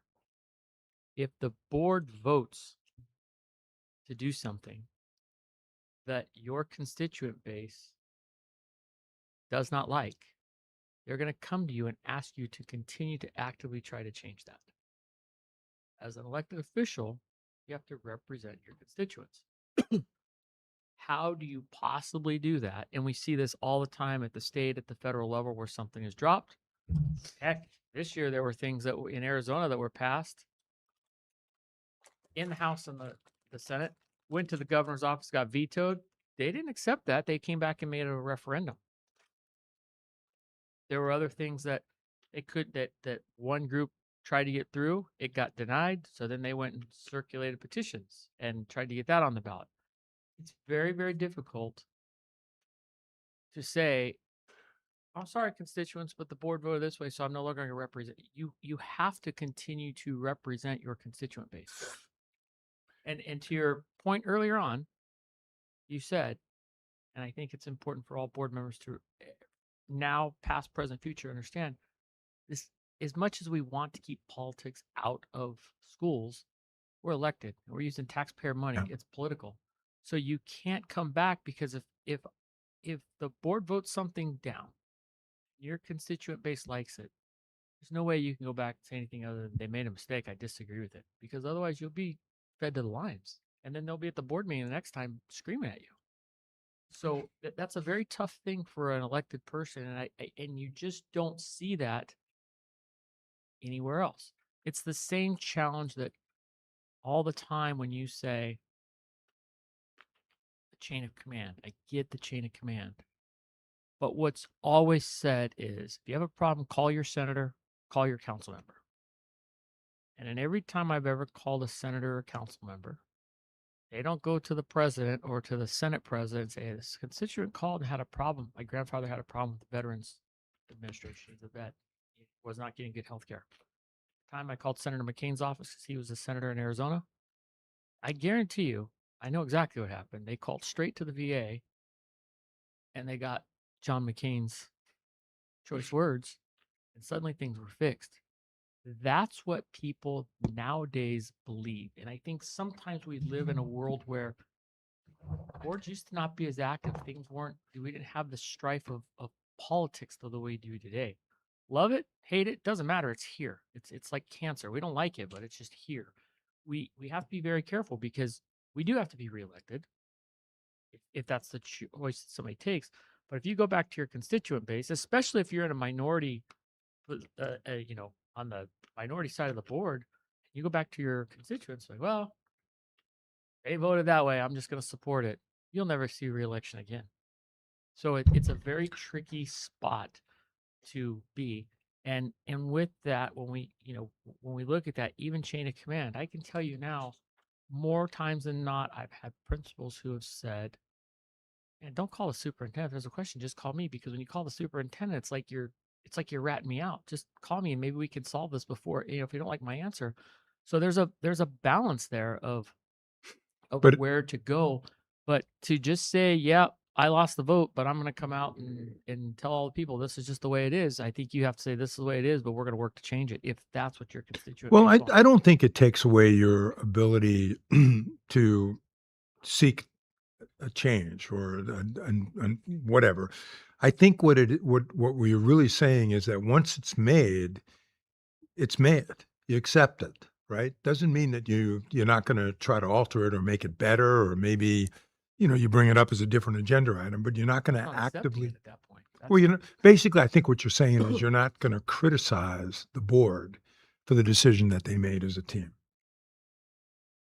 And I think one of the things that comes to my mind when we kind of say we're not going to accept it and we're going to keep fighting for change is like, okay, well, how is that efficient? Like expecting the result to change, like if we're re-voting on the same thing, it's like, well, the decision was made. So again, I think we need to take the word support out of it. I think we are in agreement did. that okay, that is a difficult thing, but I think if we're talking about having our meetings be efficient, we can't keep bringing things up, the same thing that we've already voted on. I don't think that's efficient. I understand that. But again, if your boss comes to you and says, Kelly, move all the widgets over here, and you get them all moved over there, and then the boss says, oh, move the widgets over here, then you go, okay, I'm going to move them over here. And if the public is telling you go back and fight that, then that's the boss. That is the true boss. That is who funds us. That's who elects us. That is the boss. And long ago, when we tried to do an org chart, I said, we need to put the citizens at the top. And the board of Liberty said, no, we don't need to put that on there. Yeah, we do, because that is ultimately who we answer to. We prioritize education of our students, but at the end of the day, we can only educate them to the level that the public, the taxpayer, not just the public, but the taxpayer says to educate you. So if they come to us and say, we're not passing an override, we don't want sports, we don't want music, we don't want, then that's what the boss has said, and that's what we have to do. When we hired your company to search for a superintendent, if we told you we only wanted a 2-foot tall, pink and purple polka dotted elephant, that's what you had to do because we were your boss in that role. Now, obviously, that's sarcastic. You couldn't meet that one, but if we gave you a said they must have a degree in neuroscience, okay, you got to go find the best candidates for that. It probably had nothing to do with education, but that's where we have to get at, and that's where we have to go back to your public. And so if the public comes to you and says, no, bring that back, we got to bring it back. And there's a lot of things that are brought up all the time in government and other forms of government where it's 2 or 3 times. And each time you pick up 1 or 2 more votes. So my counter to that, not to extend the discussion, is that to the degree that you can depoliticize the work that you're doing because you're a human behavior organization, the better off your culture is going to be. And I can't argue with you. The voters vote, right? Ultimately, they have the final say. And you do have to respond to your constituency or you won't get reelected. I mean, that's all given. What this is basically saying is during those times when you have a contentious topic, that once the vote is made, and my guess is it's not going to be a quick vote, it's probably going to be something that's been tabled and addressed and readdressed, that you as a member of the team accept that vote has occurred. But that doesn't preclude you from bringing it back or trying to bring it back to make it different or make it right. But you accept the fact that the board has voted, and as I took support out because I do see you. I never saw that before, but I do see the differentiation. Dr. Joe, if you don't mind, could you read us what you currently have for that one? Once decisions are made, we will accept the outcome. Okay. Yeah, no, that's okay. That's okay. I completely understand and agree with what Board Member Todd is saying, with the understanding that this is for our norms, how we treat each other on the board, not limiting our ability to still change, bring it back. That's the big thing, is bring it back. We're still able to bring the issue back if we need to. If we find that we need that, maybe more conversation on it, maybe something was missed, maybe there's new information. But I do understand where we're going with this, but at this point, I think for board norms, the general norms, I think I'm good with what you have there. A good norm would be not to steal the microphone. But I think actually we're like on the same wavelength right with this, because the more I'm thinking about it, and it is like a board norm, it's how we treat each other. I'm reading this like once the vote is made, we act like an adult and move on to the next thing, right? Vote's Right. been made. I lost. Okay, I'm gonna be not happy I lost, but I'm sucking it up and we're moving on to the next thing. There's no like arguing. There's nobody storming out of the boardroom. We're saying that was a bad decision. Right. We're or- just it's done. I don't have to like it, but we're moving on. but it doesn't, to And Mr. right, Kenyon's point. You can bring it back. Yeah. right. It doesn't stop me from being able to perform in my duty as a board member, or, re-bring it forward, or, even to Mr. Todd's point, work with other people and continue to find maybe new data or whatever to bring forth to potentially change people's minds and change the vote. It just means in that moment, we're done for right now. We're moving on. Yep. Yeah, because if you don't, then nothing ever ends, right? So, again, you can when I get these written, I'll get them to you. If you're still not comfortable, I can change it. But I think you taught me something, and I've done this I don't know how many times, and support's never been an issue, but I do understand the differentiation. We maintain confidentiality when required. Any argument on that? We communicate honestly and respectfully, even during disagreement. Okay.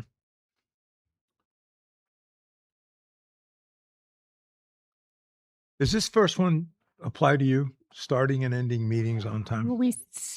We start on time. And How long do your board meetings last? Typically? we've been much better. Much better. Give me a ballpark. I think the last one was like 3 hours. I think And that's much better than what it was. That's much better than what it was. Oh yeah, we had one that literally I didn't get home till the next day. I got home at 1 a.m. So, and we start at 5:30. But we've been getting out between 8:30 between 8, even 8 to 9 the last handful of meetings, I would say. Some of that depends on how loaded the agenda topic is. Yeah, The last of meeting course. has very limited. Right, obviously. Say we got done in 3 hours. What a win! I would say we had like 2 things on the agenda, and it took 3 hours. So I don't know. Yeah. Business. And then that consent agenda, we had 2 general items and a consent agenda item. It took us 3 hours. I mean, you're not wrong, but we have still been getting out earlier than we were. Depends on what is happening, and I think that's with every that's with every governing board. There are some boards in Arizona who pride themselves on being done in an hour. Oh, our board meetings only last an hour. Well, then you're not getting anything. Right. You're not asking any questions. Now, there's some argument. No, we ask all of our questions ahead of time, and we never re-ask a question. That's what happens. Next to it. So We ask so a you're question, they don't you're, re-ask you're it. causing your meetings to go 3 hours. Yes. Absolutely. Okay. I mean, like, there's no one else to put it on except the board members.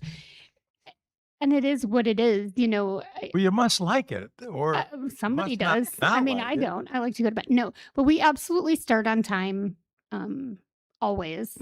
Okay. And then we don't have an end time set. So it ends when it ends. So maybe this one isn't germane to your argument, but here's Well, what I mean, I think Definitely start 'em on I time. think it would behoove us to not have 4 5-hour meetings. I mean, I think 3 hours is probably a reasonable amount of time, even 3.5 if it's a pretty full agenda, getting out by 9.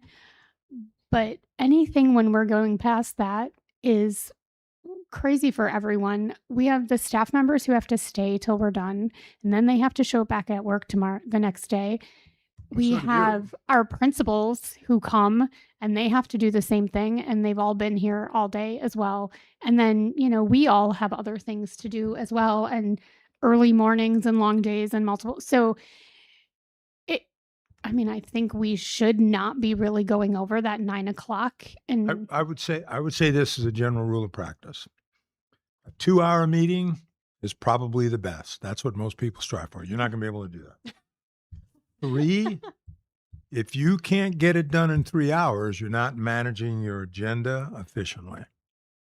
Okay, so that means you have to, as you plan your agenda, you've got to think about what are those consent items that are going to be pulled, and what are the big ticket items that are going to cause a lot more debate. And I think you have to make a commitment to 9 p.m. and score yourself accordingly, right?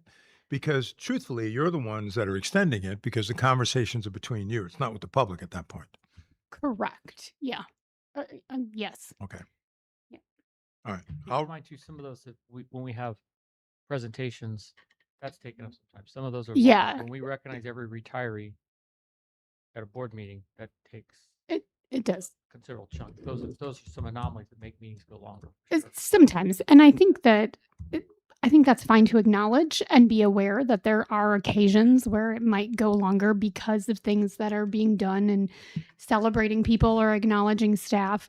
But in general, it would be nice to keep it. All right. So here's the norm. And this, really quick, this came up in Scottsdale, and they actually have a work session. They have 2 meetings a month. One is a work session. It starts at 9 o'clock in the morning, 10 o'clock maybe. They do it in the day because the exact argument we heard right here, our staff stays late. Well, we'll fix that problem. We'll do it right in the middle of their day. Yeah. And now every board member gets to take 1 day a week off, Yeah. or 1 day a month off, and they do them 10 o'clock. Makes it hard for the public to attend. Yeah. That's when they meet. They've It's not- done that for years. I, you know, I think too, sometimes depending on what's on the agenda, if we have a lot of public comment, we haven't had Yeah. a lot, but we don't limit each person to 3 minutes, but we don't limit how many people could speak. Correct. You know what I mean? So if we had, Yeah, so there were occasions where there were, contentious things happening and people were passionate about things that were going on. And so we would have quite a few public comment. And that takes time, right? It's 3 minutes a person. So you can, I think we had one meeting where we probably had almost a solid hour of public comment. But that was a while ago. There's a strategy on public comment. A lot of districts are doing this, so I'm not trying to get you at odds with your public. You commit 1 hour, 45 minutes or an hour to first round of public comment. The understanding is you got to get to the business of the district, and you want to do that while people are still awake. Mm. Because after 3 hours, people are getting exhausted and they're starting to think about, what they have to do to get ready the next day. And so what districts are doing is they're going two public comments. First one, 45 minutes or an hour. People have to sign up, and they do it when they arrive. And when that hour's up, then they have the option for the second public comment that it's at the end of the meeting. And that way you ensure that you're getting through the most important agenda items before people become mentally exhausted. Yeah. Based on more recent meetings, I don't think that's even anything we need to worry about at this point. We have not had, the last 2 meetings, we didn't have any public comment. And the ones before that, we had like 2 or 3 people. So we're not in a position where that's even really a concern. But Do you But I think, hang on, but that also is an ebb and flow. yeah, There's a time of when course. it's out there, and then if it gets long again and you make a change, then there's public outcry to say, oh, now you're trying to change it. freedom of speech? We're better to look at it now. Yeah, And for I a agree. while, what we did was we said, if you're speaking on an agenda topic, you can go at when the agenda topic is called. If you have general comment, you can do that at the end of the meeting. Because there's nothing we can do about the agenda a general question that's not on the agenda other than refer it to staff and say, please look into this. So we push that to the end of the meeting. And then only if you have a comment specifically related to an agenda topic, you do that at the beginning. And that really helps with efficiency because you don't end up with an hour of public comment, 57 minutes of it all being general, Yeah. nothing we can do at this meeting, and then one person who has something that's really important to say about an agenda topic. So a lot of districts, what they'll do is do you have a card that people fill out when Yeah, they have to sign up beforehand. and they list the agenda item they want to speak to, and superintendent and the board president will look at those, and that's kind of how you line them up, right? Because they're Agenda Pacific. The problem is when the Chamber of Commerce wants to come in and just talk about what a great partnership that they have, they're not going to want. They likely don't want to be at the end of the meeting. Then you agendize that. You know, they're Then you coming, agenda, you yeah, agendize it, you do right, a right. presentation on it. That's an information item. That's Yeah, a partnership exactly. that you have. That's not somebody just blowing you up. Yeah, I just think you need to think through that. But here's what I wrote: we start meetings on time and strive to be completed within 3 hours. I think that's fair. Okay.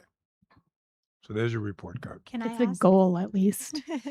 Can I ask just a clarification about how the agenda is set up at Liberty, and maybe there's a reason why we have it on the agenda, because it wasn't in my past experience board members in a public meeting talking about future agenda items or updates. That's currently part of our agenda. We have the time where board members present their update as far as what's been going on as elected official for the district, sharing with the community. But we also have a separate agenda item where board members present, consideration for future agenda topics, consideration for, future agenda updates. So I'm just wondering if we could have another mechanism, or maybe those in the room, you guys know why that's part of our agenda versus maybe a different mechanism. It was part of the agenda for years. When I was president, the first time we wanted to remove that and just have a form fill out. It was met by some adversity by a couple people, so we kept it. But really, we can send something in on the Google form at any time. It's also like approving minutes. There's no statutory requirement to approve minutes, yet we approve minutes at every meeting. Don't know why. Just it's been there. And we said, let's take it off. We actually had that discussion. Oh, keep it on, keep it on. Why? It's not required. We're taking an extra step that could become very contentious, because if somebody wants to argue about the minutes, that could take up a lot of time, and it's not even statutorily required. So we're just doing it for the sake of doing it. But we could just go to a form. So there's an item for future agenda topics. Yeah. Like you'll hear it because it's the next one on our agenda. This one, it's 3.1, and it's the comments on agenda topics and items for future consideration. So then board members in public request what they would like to see on future agendas. So I'm just going to give you a personal opinion on that one. I don't think that's a good idea.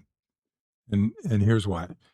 I think then you set the stage for having to do something with those agenda items, because people are watching your meeting or listening to your meeting, and they're going to have the expectation that that's there. It's better to use your other networks to create those agenda topics than it is to have that at the meeting.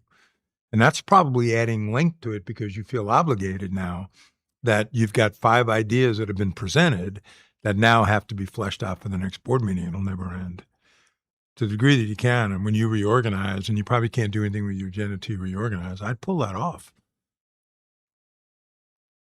The president sets the agenda. Yeah, I She was could- going to she could say, I'm remove pretty sure we could Oh, remove it. That's not part of your. No, it's not Statutory in reorganization. policy or anything. It's In just how theory, it's on the you don't even agenda. have to hear it tonight. You can Yeah. skip right over that.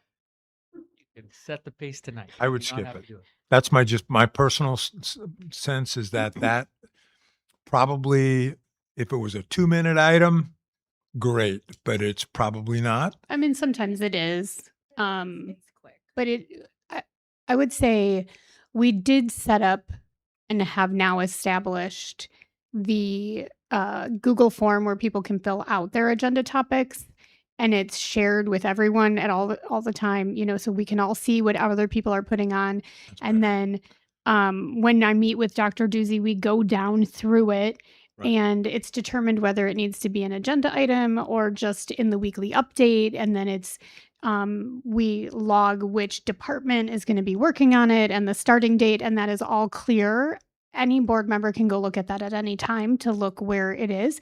So in terms of transparency between board members and people being aware of what's happening, it's providing a lot more information than the update is. The only thing is that no one else sees it. So if you wanted the public to know that you're asking about something specifically, that's not happening. But sometimes things are asked for in public and they can't be an agenda topic for a while for whatever reason. or it just doesn't even make sense to bring it as an agenda topic because it's not that big of a thing, and then it be, so I can see it both ways. Why don't you try it without and see how that feels and how that looks? Yeah, I'm okay with trying without. I do one just thing to keep in mind is sometimes that agenda item is used to just clarify while we go through a meeting, whether it's in public comment or just one of our agenda items. A lot of times something comes up and it's like, hey, can administrator look into that and get back to us? And just I think all of us board members are making notes frantically during the meeting that at the end, remember to make sure that, just remind that something didn't get missed.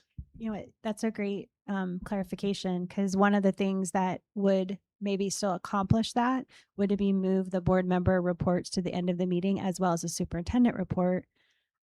Dr. Joel can definitely, in you guys' opinion, as a superintendent, I enjoy being able to comment at the end because if there are clarifications throughout, that might be my opportunity to clarify a little bit more to the public and to you of agenda item topics as I'm doing my monthly report.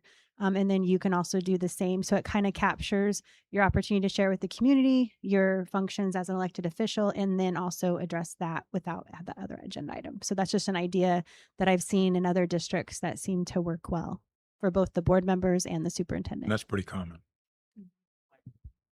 My thoughts to that are when we're doing presentations, we have a lot of parents here. We're trying to get interest.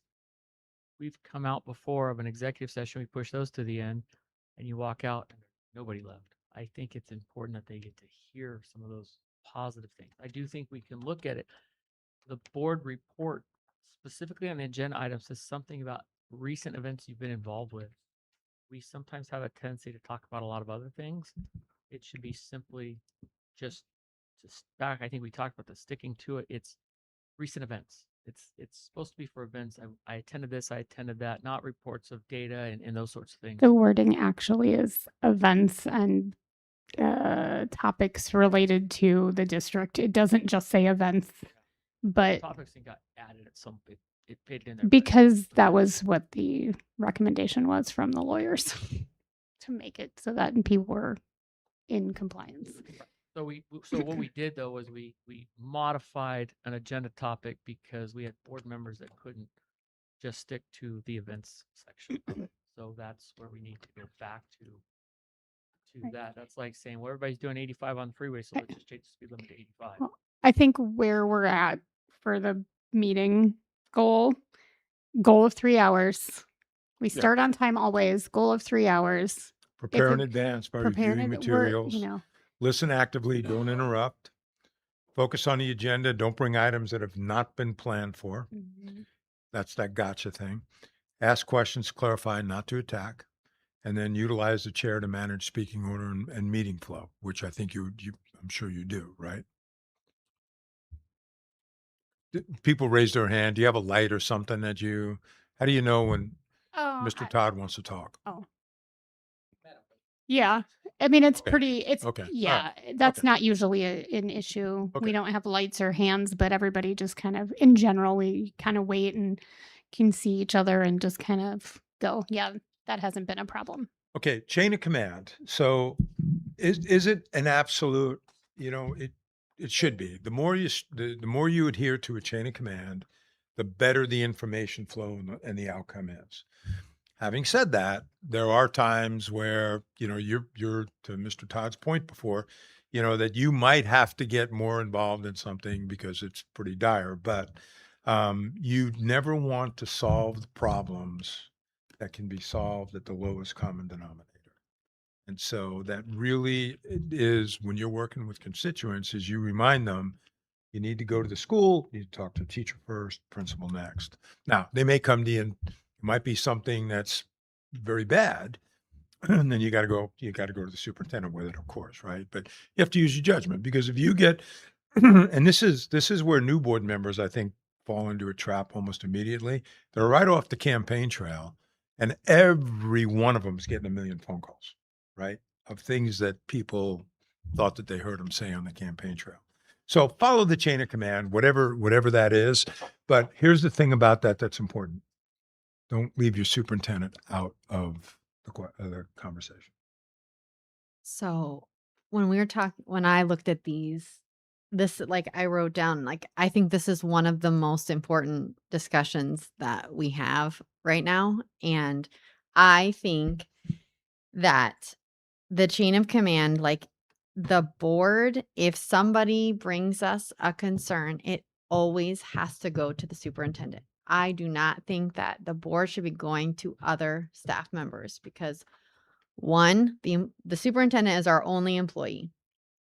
And so if we get involved with another employee, it could seem that we're trying to give direction singularly, which we cannot do. And we can only act as a board. And I think it makes it difficult to ensure that, all the board members are getting the same information because really we can only hold the superintendent accountable.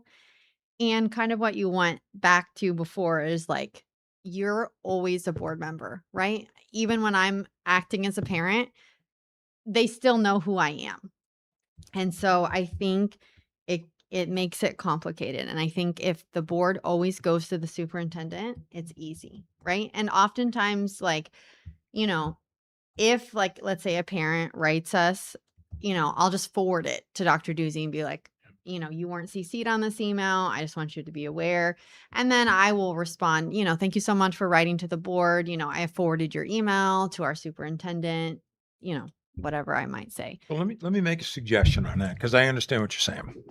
And this is best practice, right? So when you're starting out, everything should go through the superintendent. That is just, and particularly coming off of what you've experienced for the last 18 months, everything should go to the superintendent. Because right now, your staff, my guess, is they don't really know how to discern what you're asking, right? And what sense of urgency you have. And they don't want Dr. Doozy to get caught in any kind of a crossfire. So they're apt to, because they've done it in the past, they're apt to give you what you need, right? I would say you don't do that now because you got a new superintendent, you got the culture of fear, you're just trying to get yourself untracked. And I would say for this year, everything goes through the superintendent. And then as trust gets developed and you're more comfortable with the norms, then there's probably some shortcuts you can take, but I wouldn't do those now because I don't know that people really understand where you are, and they're in the show me stage. You're going to have to show them first. Can you do that? Dr. Law, I understand what you're saying, and I do agree, and I could do that for the time being. My personal experience, when we started this, we talked about what got us on this. There was a situation in the classroom, and I had talked to a different parent who had a child in the same classroom about this.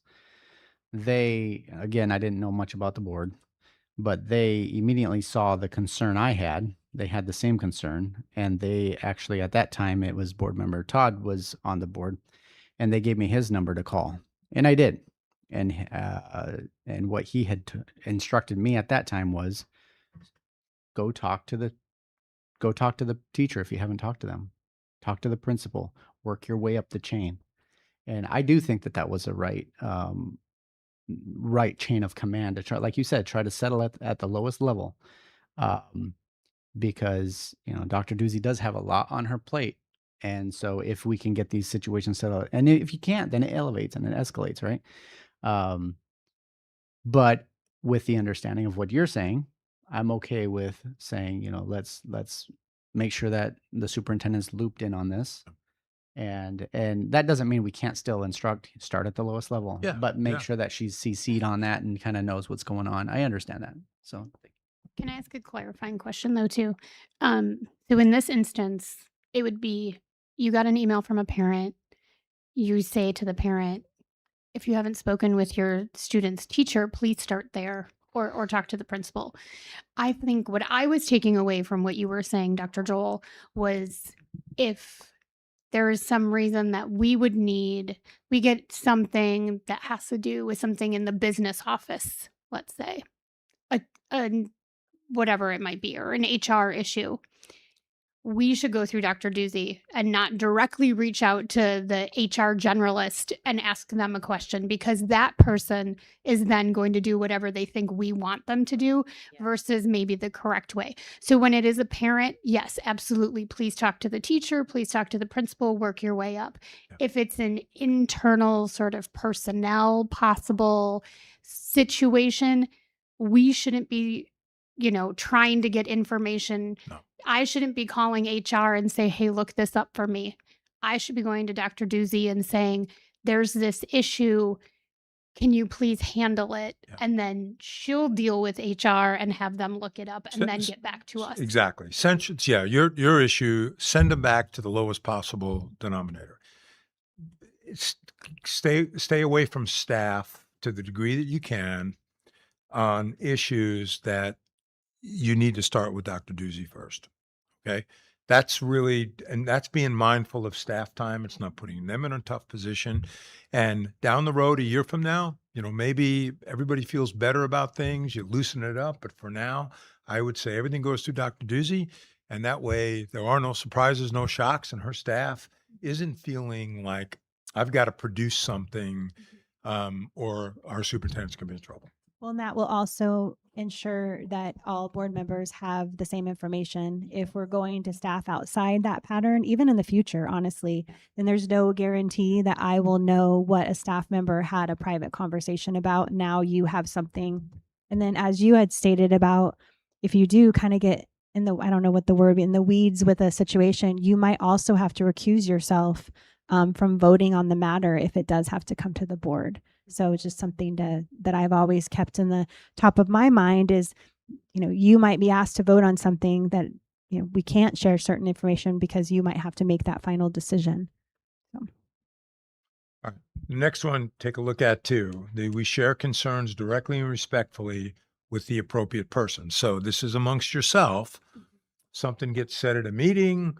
Maybe you overheard something in the community, that rather than talking to a colleague, you go to the person who's impacted, right? Like, Mr. Kenyon, I understood you were trying to make a point. I didn't really appreciate the reference that I don't have an athletic bone in my body. That seemed inappropriate at the time.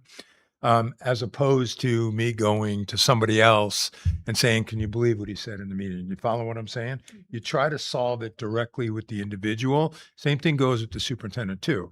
Remember, Dr. Doozy's new, experienced, been around a lot of this, but she's moving fast and furiously. If there's something that you believe she's omitting, or maybe there's something that maybe you didn't think she gave it full attention, go to her. So when you say, share concerns, you mean just our concerns with each other Individuals, yes. and the superintendent, not any other staff or, No. okay, Remember, staff, if you got concerns with staff, right. go to your I'm just employee. clarifying. Yeah, okay. Keep the entire board informed. You're going to do that. Avoid discussing board business in ways that create confusion or conflict. Now, I put that one in there because it sounds so simple, but it's really a trap door. Yeah. I mean, it's how the community interprets the information, right? It's how you come back from a board meeting and you're at the barbecue and you're getting questioned, and and I don't have to have it for you, but it's just come up in other conversations with boards, but it's basically sticking to the facts when you're out in the community. The fact is, we voted, the outcome. The fact is, that was the data that was presented. It isn't, to your earlier points about, people have different perceptions about things. Well, we got to stick to the facts. And where it gets ticky-tacky for you is you're at a social gathering and you're getting confronted. And the easiest thing would be to say, well, I sort of agree with you. Or, maybe that's not a good example. You understand what I'm saying? It's stick to the content, stick to the point, stick to the matter, and then represent the board publicly in a consistent and respectful manner. You're always on the board clock. You're not, you can tell people you're the mom as much as you want. You're the board now. All right. All right. Relationship norms. Treat the superintendent, staff, students, and parents with dignity. Make people want to come to your board meetings. Sorry. Thank you. Thanks for, that's on mine. Treat the superintendent, staff, students, and parents with dignity. No trials when they're at the podium. And always let people know how much you appreciate that they've taken time out of their schedule to be with you. And just let them know that. Just make it a matter of practice. Thank you. This has been very informative. Keep up the great work. If they feel like they're being welcomed into your room, into your board meeting, they're going to tell their friends that. So that when Dr. Doozy calls and says, you're up next, they're not going to their therapist first. They're actually looking forward to the time with you. Mindful of staff workload. That goes back to that previous point. And filter your requests to the superintendent. Got the board chair there. We don't change the superintendent. And please know this. These are busy people. Very busy people. And her number one priority as a superintendent is you, right? Is you. A lot of people don't understand that. But that's the number one priority for the superintendent. Put you in a position to make good decisions. Her staff doesn't have that same compelling reason to exist unless they want to save her, which you're not going to have to do that, right? So be mindful of staff time. So when you talk about those future agenda topics and you go, well, we want, that's why I'm doing this. We did these goals. They're more general because when you give projects to the business people and the HR people and the IT people that they weren't expecting, something else is not getting done. So you just need to be mindful of that. And that's something that Dr. Doozy, once you have that good line of communication with her, she can help you filter through too. I mean, you want to get stuff done. Don't get me wrong. You just want to be mindful of staff time. And staff will never say no to you ever. But they're going to certainly wonder, what's the intent of that. So respect differences of opinion and welcome healthy debate.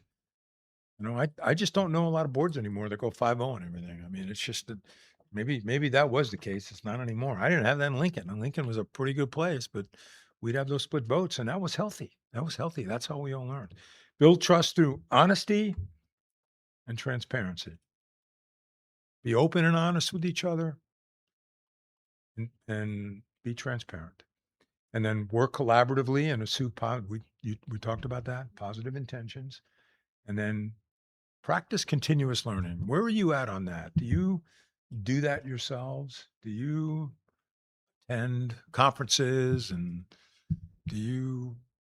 I'm sure your state does things and maybe your county does things or region does things.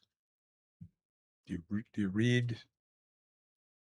I'm not trying to put you on the spot here. I'm just saying that one of the things that administrators have to do is continuously learn. And we're mindful that you all have jobs, but there are some times, like one of the things I really want you to do, you don't have to do it, of course, because I'm going to disappear from your lives. But I think in 2 years from now, who's ever left on the board, I want you to go do a presentation at the Arizona School Board Association, because I don't think that they thought, and I'm not pointing any names, I don't think that they thought we could find a superintendent. And I don't think that they thought that you could get yourselves to where education really mattered again. Sorry, you had something. I was just going to say, yeah, there are a number of events that us as board members can attend for just kind of either refreshing or reclarifying or getting updated on different policies and stuff. Yeah. Our Maricopa County Superintendent Office, they have a free training every year, and I've been to that one. It's very, very good. But making I guess that's the only comment I had was with this, practice continuous learning and trying to keep ourselves up to date because things change so quickly. Yeah. So quickly.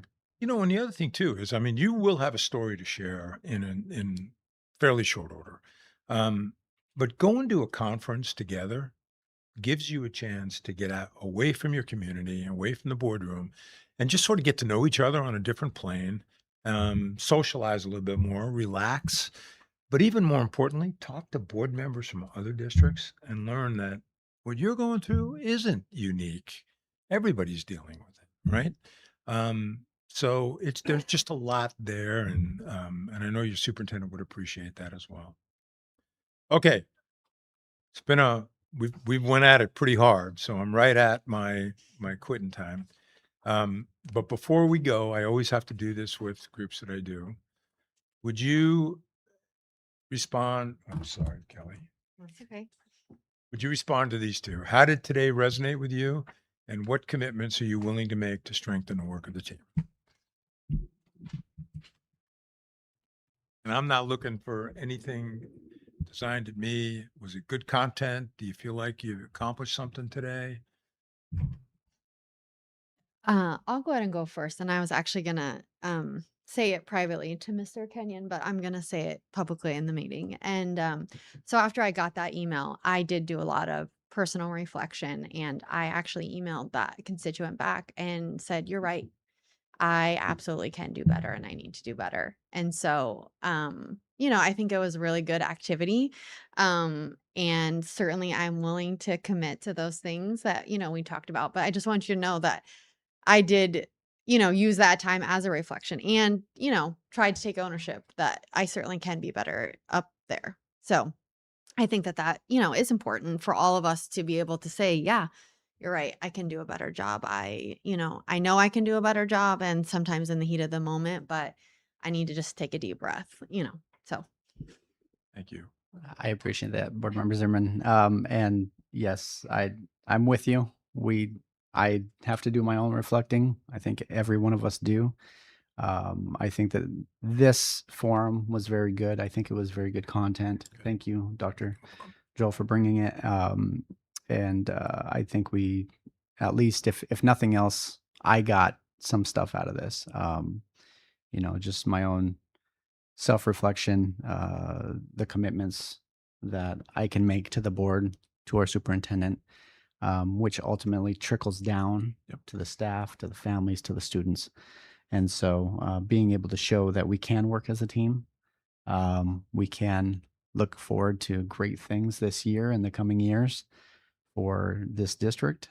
It's going to be great. So I appreciate Thank your you, time. Mr. Thank you. Kenyon. Appreciate that. Yeah, I appreciated everything. I appreciated the discussion and the format of being able to kind of, throw out an idea, see what other people had to say. I think that at times we probably think that we disagree on almost everything, but I think the reality is that we probably agree more than we realize we do, but we don't really ever have those conversations outside of the boardroom to even see where we would agree on things. So that's always a nice reminder that we are more alike than we are different in a lot of ways. And what I've been sitting here thinking about, because it's been brought up multiple times, is that my term is almost over. I only have a few months left. And so my commitment seems smaller in some ways because I don't have so much time left. But my commitment that I'm willing to say is that I'm going to do everything I can in these next few months to set up the new board and Dr. Doozy for all of the success that I know that they're going to bring forth in the next few years. And that I think that we should all be very proud, all the staff members and the board, that we sort of weathered this crazy storm of no superintendent and all the ups and downs that came with it. And I think I used the analogy earlier when talking to Dr. Doozy. It felt like I was in a sinking ship and just trying to plug the holes with my fingers for a while. But here we are and we're floating, and we have more students than we did at the end of last school year. And we only have very positive things to come. And so I'm going to do everything I can to help set that forward. And then in December, I can wave goodbye and cross my fingers that you all just carry on. Keep calm and carry on. Maybe I'll leave that sign behind. Right. Leave it The better future is than very leaving it. bright. She passed. Yeah. Yes, I'll go next. I'm still putting my thoughts together. Apparently she was too, so I'm happy to Dr. Doozy. $5 on the table. I talk as long as you want. No, I think today's good. I'm the same way. My term is up. Served my sentence, and it's always the goal to leave this a better place, anything than what you found it. Um, as I said coming into this 6 years ago, I said this place is up for a radical shake, and oftentimes, in private sector, places go through bankruptcy and all sorts of things, and then they come back better. That's the goal here, and I think the district will continue to proceed. There are great staff members in this district. We have certainly lost some. We have gained some. So people in any organization come and go, whether you're at a church, your favorite pastor says, I'm retiring, I'm going to another church, I'm going to a bigger church, smaller church. Um, you know, company CEOs, they don't last very long these days. People come and go. So, but at the end, setting forth foundation to get through, and sometimes you have to, unfortunately, have to eat 2 or 3 apples sometimes where you find the apple that you like the best. And so hopefully we're at that point now, and start moving forward. But it's always good to have these things. I think it is good bringing people in. Budgets are always tight. Public gets concerned when you start bringing consultants. A consultant is a very evil word these days. My favorite definition of consultant is somebody borrows your watch, tells you what time it is, charge you twice as much as the watch. That seems to be what happens a lot of times with consultants, but I think this is beneficial for it, and again, that's where people need to understand. Sometimes a board needs to get away, and because we're public, it's very hard. Corporate boards take off, go places, and they can lock themselves in a room, tell everybody to stay out, and they can have very candid conversations. The biggest challenge this board has is, to some extent, board member Kenyon can, you better not ever do this to me, Ken, but it's hard to just call somebody out in a public forum all the time because you're making a TV commercial, and we've seen that at the public comment mic where they're just making commercials. Other boards that aren't public can go behind closed doors and have frank conversations. 2 or 3 of them can get on the phone. Heck, even our state legislature, they all go lock themselves up with a quorum and discuss their ploy for the next day, but we can't. And because we're such a small board, it's very hard to even get a temperature. If we were a board of 50, we could talk to 29 and have a good idea and not hit that quorum mark, if you will. But this is beneficial. It is good. I think these things should happen more, and that's something where the board in the future, for as long as I've been on this board, we've asked for what's the board budget. There's no line item for a board budget, and that's something that needs to be looked at because there should be. there is a cost of doing business for us. There is. And that is attending classes, Yep. bringing a consultant in, doing anything. And in the state, it's become hypersensitive. People have gone to Prescott for a meeting. It's hard when you go up there because it takes the public's right away to see you. But at the same token, getting out of the element sometimes is healthy too. That's where corporate boards do it. School boards can't. Yeah. We can never lock ourselves in a room and have frank. Yeah, it's sad, but frank you're right. conversation. So we're handcuffed by laws that probably sometimes work to the detriment. Many times they don't. Transparency is great, but if you need to have a candid conversation, it is very hard to do with the board. Thank you. Appreciate that. Dr. Doozy, you want to wrap it up? That's good. Thank you. So I wrote down 3 words: grateful, focused, and inspired. So I just want to thank all of you because that's what this opportunity has given me, is that I'm grateful to be doing this work beside you to make sure that Liberty becomes a destination district, right? I agree with Dr. Joel. I think that we have the opportunity to be a fantastic success story of governance and an example to others as we continue to work together. Focused. Thank you for working together to come up with my priorities and my goals so I can focus our team. And then inspired by all of you and your commitment. And just thank you. Go get them. Have a great year. I think it's going to be All right. fantastic here. I will get my stuff to you by the first part of next week. Okay, so moving on to agenda item 4.1, upcoming board meetings. Tuesday, September 15th is our next board meeting, and then Tuesday, October 6th, and Tuesday, November 10th. And we can adjourn at 6:09 p.m.